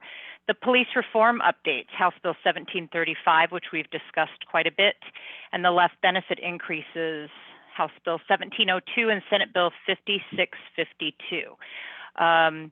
So those involved in the legislative analysis and tracking are myself, Alex Johnson, State Council of Firefighters, Legislative Liaison, Chief Hovis, DC Maxwell, and DC Eastman has provided some input as well. And I welcome any questions from you. If you have any based on what's been provided to you, there will be one other legislative update from the WFCA, a virtual update. They haven't released the date, but it will be something that I'll assume they will request signups for again. And I will send that to you as soon as I receive it, and we'll sign anybody up who's interested. Thank you. Commissioner Chan? Yeah, Melissa, they said that they recorded the session. Can you send the link to us? Now, they have not provided it yet, but I will. Yeah, can you ask them? Also, is the website, I never don't know, anyone can go there and look at the website, right? WFCA, you don't need, I think it should be pretty open. Basic information. You can see the basic information, but you need to be a member to look at quite a bit of the information, such as legislative information, as far as I know, because membership, they provide this service for their members. So membership is required to see that information. Right. But another thing I want to emphasize, the last week we had talked about, and thank you for Chief Fitzgerald saying that, yes, any candidate can talk to, I assume, Chief, is you open to the candidate talk to you? I think they want to understand it. Yeah, and then I think they should open to, well, at least myself, I offer myself, any candidates that want to talk to me. And I think other commissioners should open to that. They can call you and get you some information that, how you feel, how's it like to be a commissioner and that type of thing. I think we should be transparent to them. Does any other commissioner object to that? Okay, that's good. Because again, we need the candidate as much information as possible before they come on. Great. Thank you, Melissa.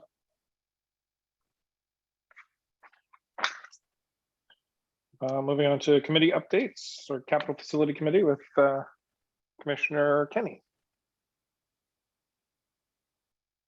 Okay, Capital Facilities Committee met, and we actually have a number of kind of update items.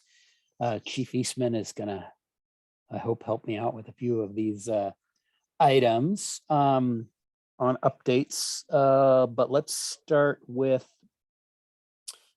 engaging New Ventures, I believe is the consultant, to handle some specific station site searches for property. If you'll recall, back in the summer, the board approved the chief engaging a consultant to help with fire station search, the fire station search process. But we wanted to bring back an update, and the chief would like to move forward with New Ventures searching for property for new Station 22 Hilltop, also looking for property for the new infill station at some point in the Alderwood Mall Parkway area, and then not to search for property for the Verdant property area, because there's already that properties, we found it, but to help at an hourly wage on some of the work related to that. So I'll turn it over to Chief Eastman to talk a little bit about that. After that, we're going to talk a little bit about the headquarters basement, and then an update on the ecology grant related to the tank, the fuel liquid tank, tank containing liquid on the Verdant property. So let's start with the New Ventures and engaging them. Chief Eastman. Thank you, Commissioner Kenny. I think just a couple things. One is in the dialogue we had with New Ventures Group and with Rich, in the conversation around, we landed on having a separate agreement for each property or each site that we have New Ventures looking for. So obviously the facilities plan identifies some potential other property needs. We looked at what the higher priority was based on a couple things. One is where the property's at and development and what property is available. And so Station 22, obviously it's a current operating station. So we have a set agreement with New Ventures specifically for that site. And then Alderwood Mall Parkway is another one that with all the development going on, we may have a difficult time finding property exactly where we want it. And we've have an agreement with Peter and New Ventures Group to look specifically for that. And then, like Commissioner Kenny talked about, there may be some things that we want New Ventures expertise as we move forward with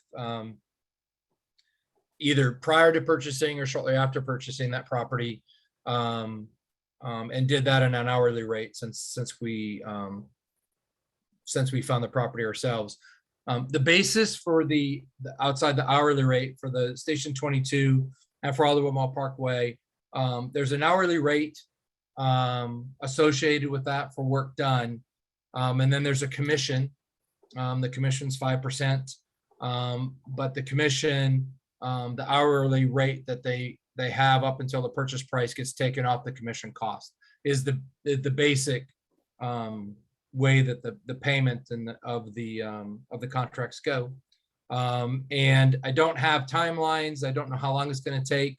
I think some of that we'll get better ideas once we enter the arrangement with New Ventures Group. I'm sure there'll be meetings between staff and them, and we'll be able to report back on, tentative timelines, what those expectations may or may not be once we have some kickoff meetings with Peter Falk moving forward. So unless there's any questions, that's pretty much all I have, Commissioner Kenny. I just want to chime in on that New Ventures has helped us in the more distant past. I remember specifically for Station 18, the Briar Station, and I believe also Station 10 over by Highway 99. So they've done good work in the past. The 5%, that caught my eye because that could be a large figure in the value of the properties we're probably talking about, but that's industry standard. So the chief has authority to move forward with those already. Wanted to bring this back as an FYI for the board. Does anybody want to take a look at the contracts? Otherwise, the chief's going to move forward with those. All right, chief will move forward with those. Next item is headquarters basement. So the headquarters basement, since we moved into the building decade plus ago or longer, the basement was not renovated and was not used. I'll use that in quotations. And then things have changed over time. And so a problem has arisen recently, and I will turn it over to Chief Eastman to talk about the delicate nature of that. I think I'm going to have Chief Isotella is kind of taking the lead on that. So Commissioner Ken, I'm going to have Chief Isotella take the lead on that. Sounds even better. Thanks, Chief Eastman and Commissioner Kenny. So yeah, we had discussion last night in our capital facilities plan meeting. And basically the real quick cliff notes on this is we're looking to contract with TCA to provide architecture and design services to include first floor code review and renovation design to allow for approved permitted use of the area. So this actually goes back to 2006 with a letter that Chief Wittes at the time provided to the county that said we were not going to occupy the basement or use it. And as we have grown as an organization, we are now specifically using that.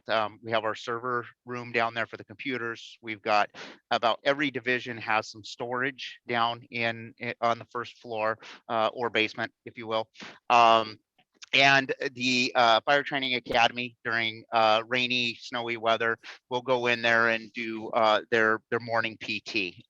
Pretty transient. They're in and out within an hour or less.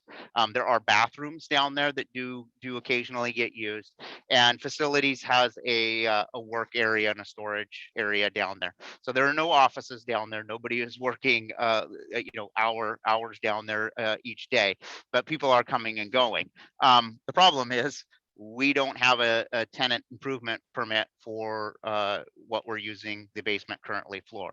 So this was identified back in April of 2021 by our annual fire and life safety inspection that the county fire marshal does. So this was highlighted in that report. And so since then, we've been working on with Rich's help as well, this contract to be able to hire in TCA to do this work for us. So the discussion with the group then moved to, okay, so this would be a portion of what is probably the full renovation to include some work here on the second floor, the training area, the training tower, parking lot and such. So at the end of this work, what we'd be able to do is compare and contrast those costs and make sure that if we chose to go with what we will assume will probably be a lesser amount, to be able to use it for the storage and as we are now versus a full occupancy, that we're not going to spend money that then in the next 5 to 10 years, if we do the full renovation, we would be undoing some of what we just spent to do. So that will be our future conversation. I think Commissioner Kenny had asked for that we would bring this back once the work is done to have a more in-depth conversation. And just to follow along with what Chief Isatela said, I believe the amounts for the contract for TCA, and this would be TCA for the architectural side, as opposed to the planning side, which we had them for on the phase 2 of the capital facilities plan, that this would be below the threshold for the board to engage on the contract, but we want to be sure that the board was updated around that, because the longer term issue is the capital facilities plan includes headquarters and a major renovation running into the multi-millions of dollars. We need to do something on a short-term nature, likely of a much lesser cost, to make sure we get the tenant improvement permit and are allowed by the county fire marshal to do what we're currently doing. But do we want to potentially do more in aid of that multi-million-dollar headquarters renovation now, or do we want to wait for a capital facilities bond? And that also feeds into, are we going to stay in headquarters, or is headquarters going to move somewhere else? Because you don't want to pour $15 million into it potentially if you're going to move in 10 years. So there's a number of different things that come into play there. Those don't have to be answered now, but the where the rubber hits the road is needing to get the tenant improvement permits so that at a minimum we can continue to do what we're doing. And that's what the consultation and work from TCA would do for the basement. So we wanted to bring that to the board to keep the board informed of that and see if there's any questions. Commissioner Chan? Yeah, no, Chief Isatella, what is the need right now to use a space? Training mainly, or what other needs are there? Commissioner Chan, I would say the primary one right now is storage. Every division has a room down there that is mostly full to store different items. Some of the test kits and the masks that have been purchased, so the EMS division has those stored down there. The fire equipment group has a lot of reserve equipment stored down there. Like I say, every division has got something down there in a room in the basement. That would be the primary. That primary, okay. I was involved at that time, our Commissioner Candy probably remember, we're trying to actually make it a completely, I think it used to be also Verizon used it as a training too, some classes and stuff like that. I think there's still remnants on that. And then we tried to get some federal funding. I went to actually a couple of the Washington, DC trip, trying to get the grants or something like that to do that. I think if you look back, there might be still some design, whatever. I don't know who would have that. Basically full blown. We were thinking about, we actually even rent it out to other departments to get some income.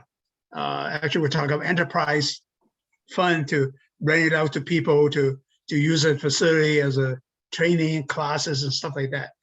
That could be, I don't know, where can we find those stuff? Maybe ask Chief Wittes those things out. Or Eastman, Chief Eastman, do you remember that? The yellowed, yeah, this is Chief Ovis. The yellowed architectural plans from before are down in the basement, actually, first door on the left. They're still sitting there. The legacy plans, the complete build out. So yeah, no, I mean, just take a look at that. I would suggest that take a look at that. Now it's, so you don't have to reinvent the wheel again.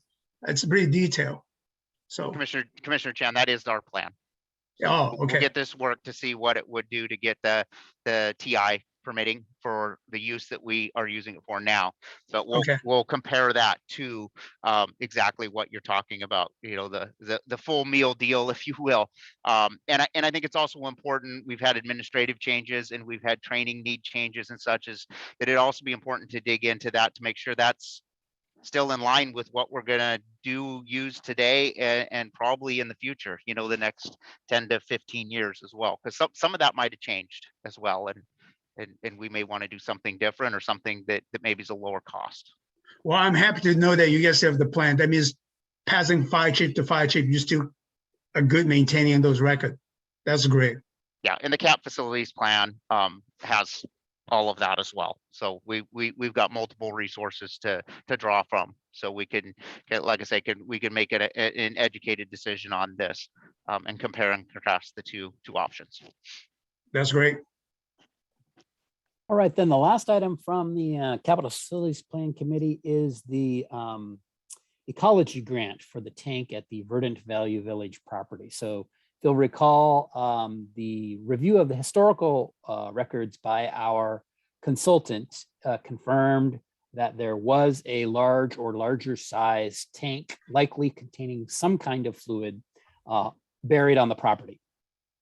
And so the next step is to do more of an investigation to sort out where exactly is that and more about the potential contamination.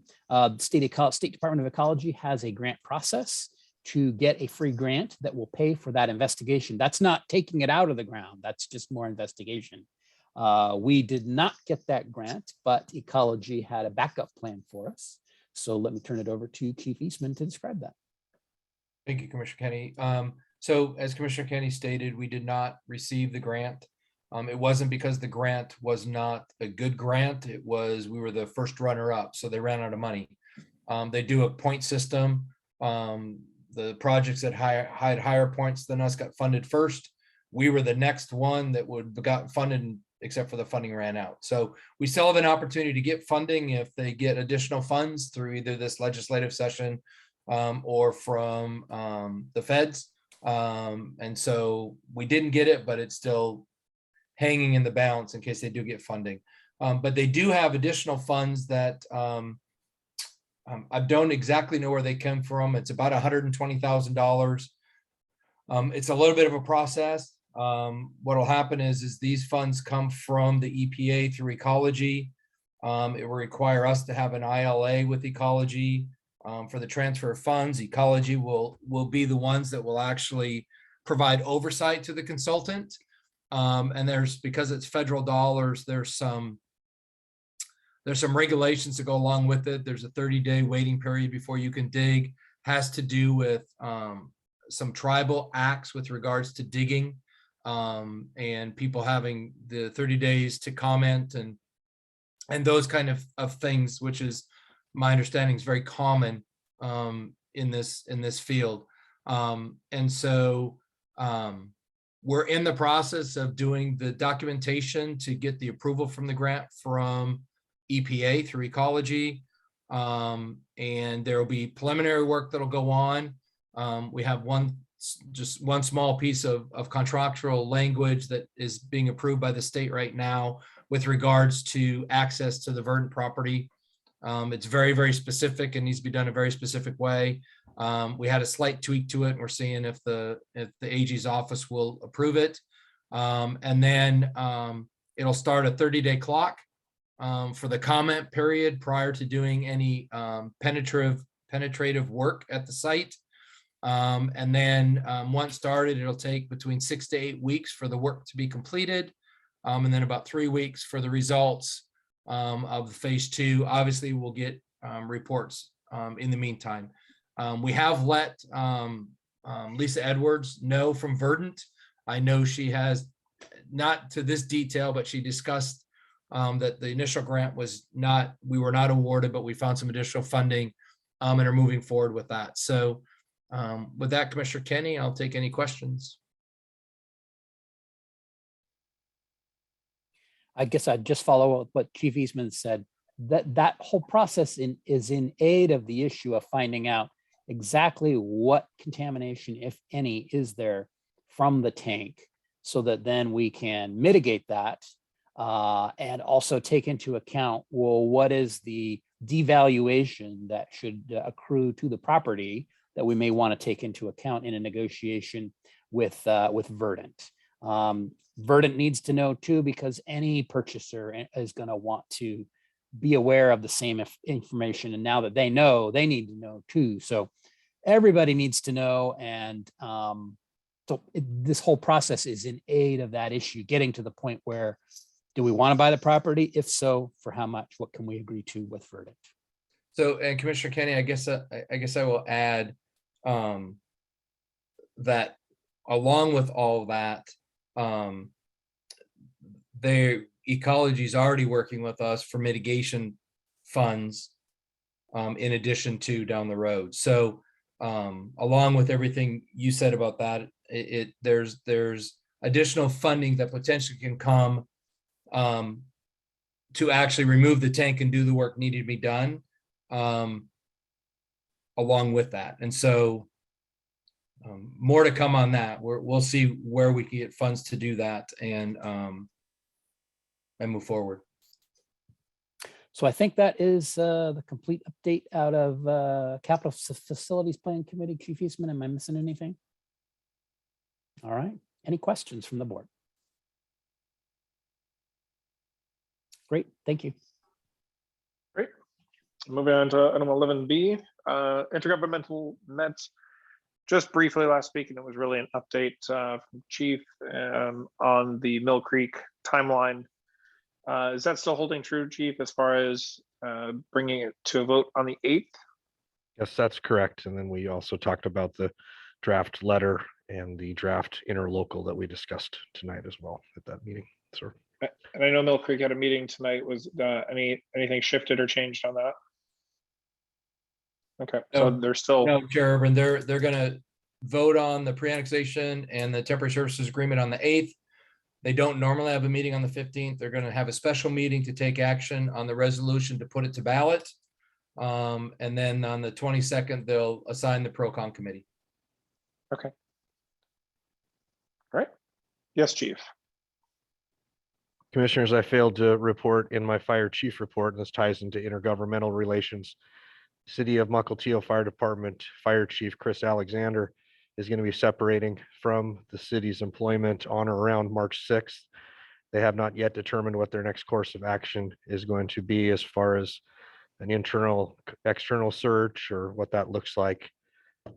But we'll miss Chief Alexander's leadership. He was the past president for the Snohomish County Fire Chiefs Association. He's moving back to Kansas City, where he is born, raised, and I think became a chief originally.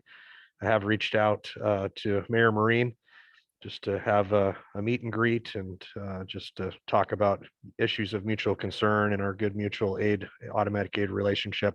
Waiting to hear back for a response and just to congratulate him on moving from council to mayor. So with that, that's the only IGC update I have. Thank you. Thank you, Chief. All right. Moving on to our item 11C, the Snow 911 with Commissioner Chan. There's no meeting, no update. Great. Moving on to commissioner comments. Any commissioners wishing to make comment? Commissioner Chan. Well, today is the first day of Chinese New Year, Year of Tiger. So supposedly the tigers will beat up all the virus and everything else. And so we're hoping some March and other one will be good. And it's a Chinese New Year, have also give me a chance to do another New Year resolutions. And one of my resolution is that to really, I just want to emphasizing that when I mention something about organizations, whatever process, I'm not attacking any individual. Just because this is the organization I care about. And so if I see something is not, from my point of view, is not right or process or wrong, I want to voice it out, just as put it on the table as suggestions.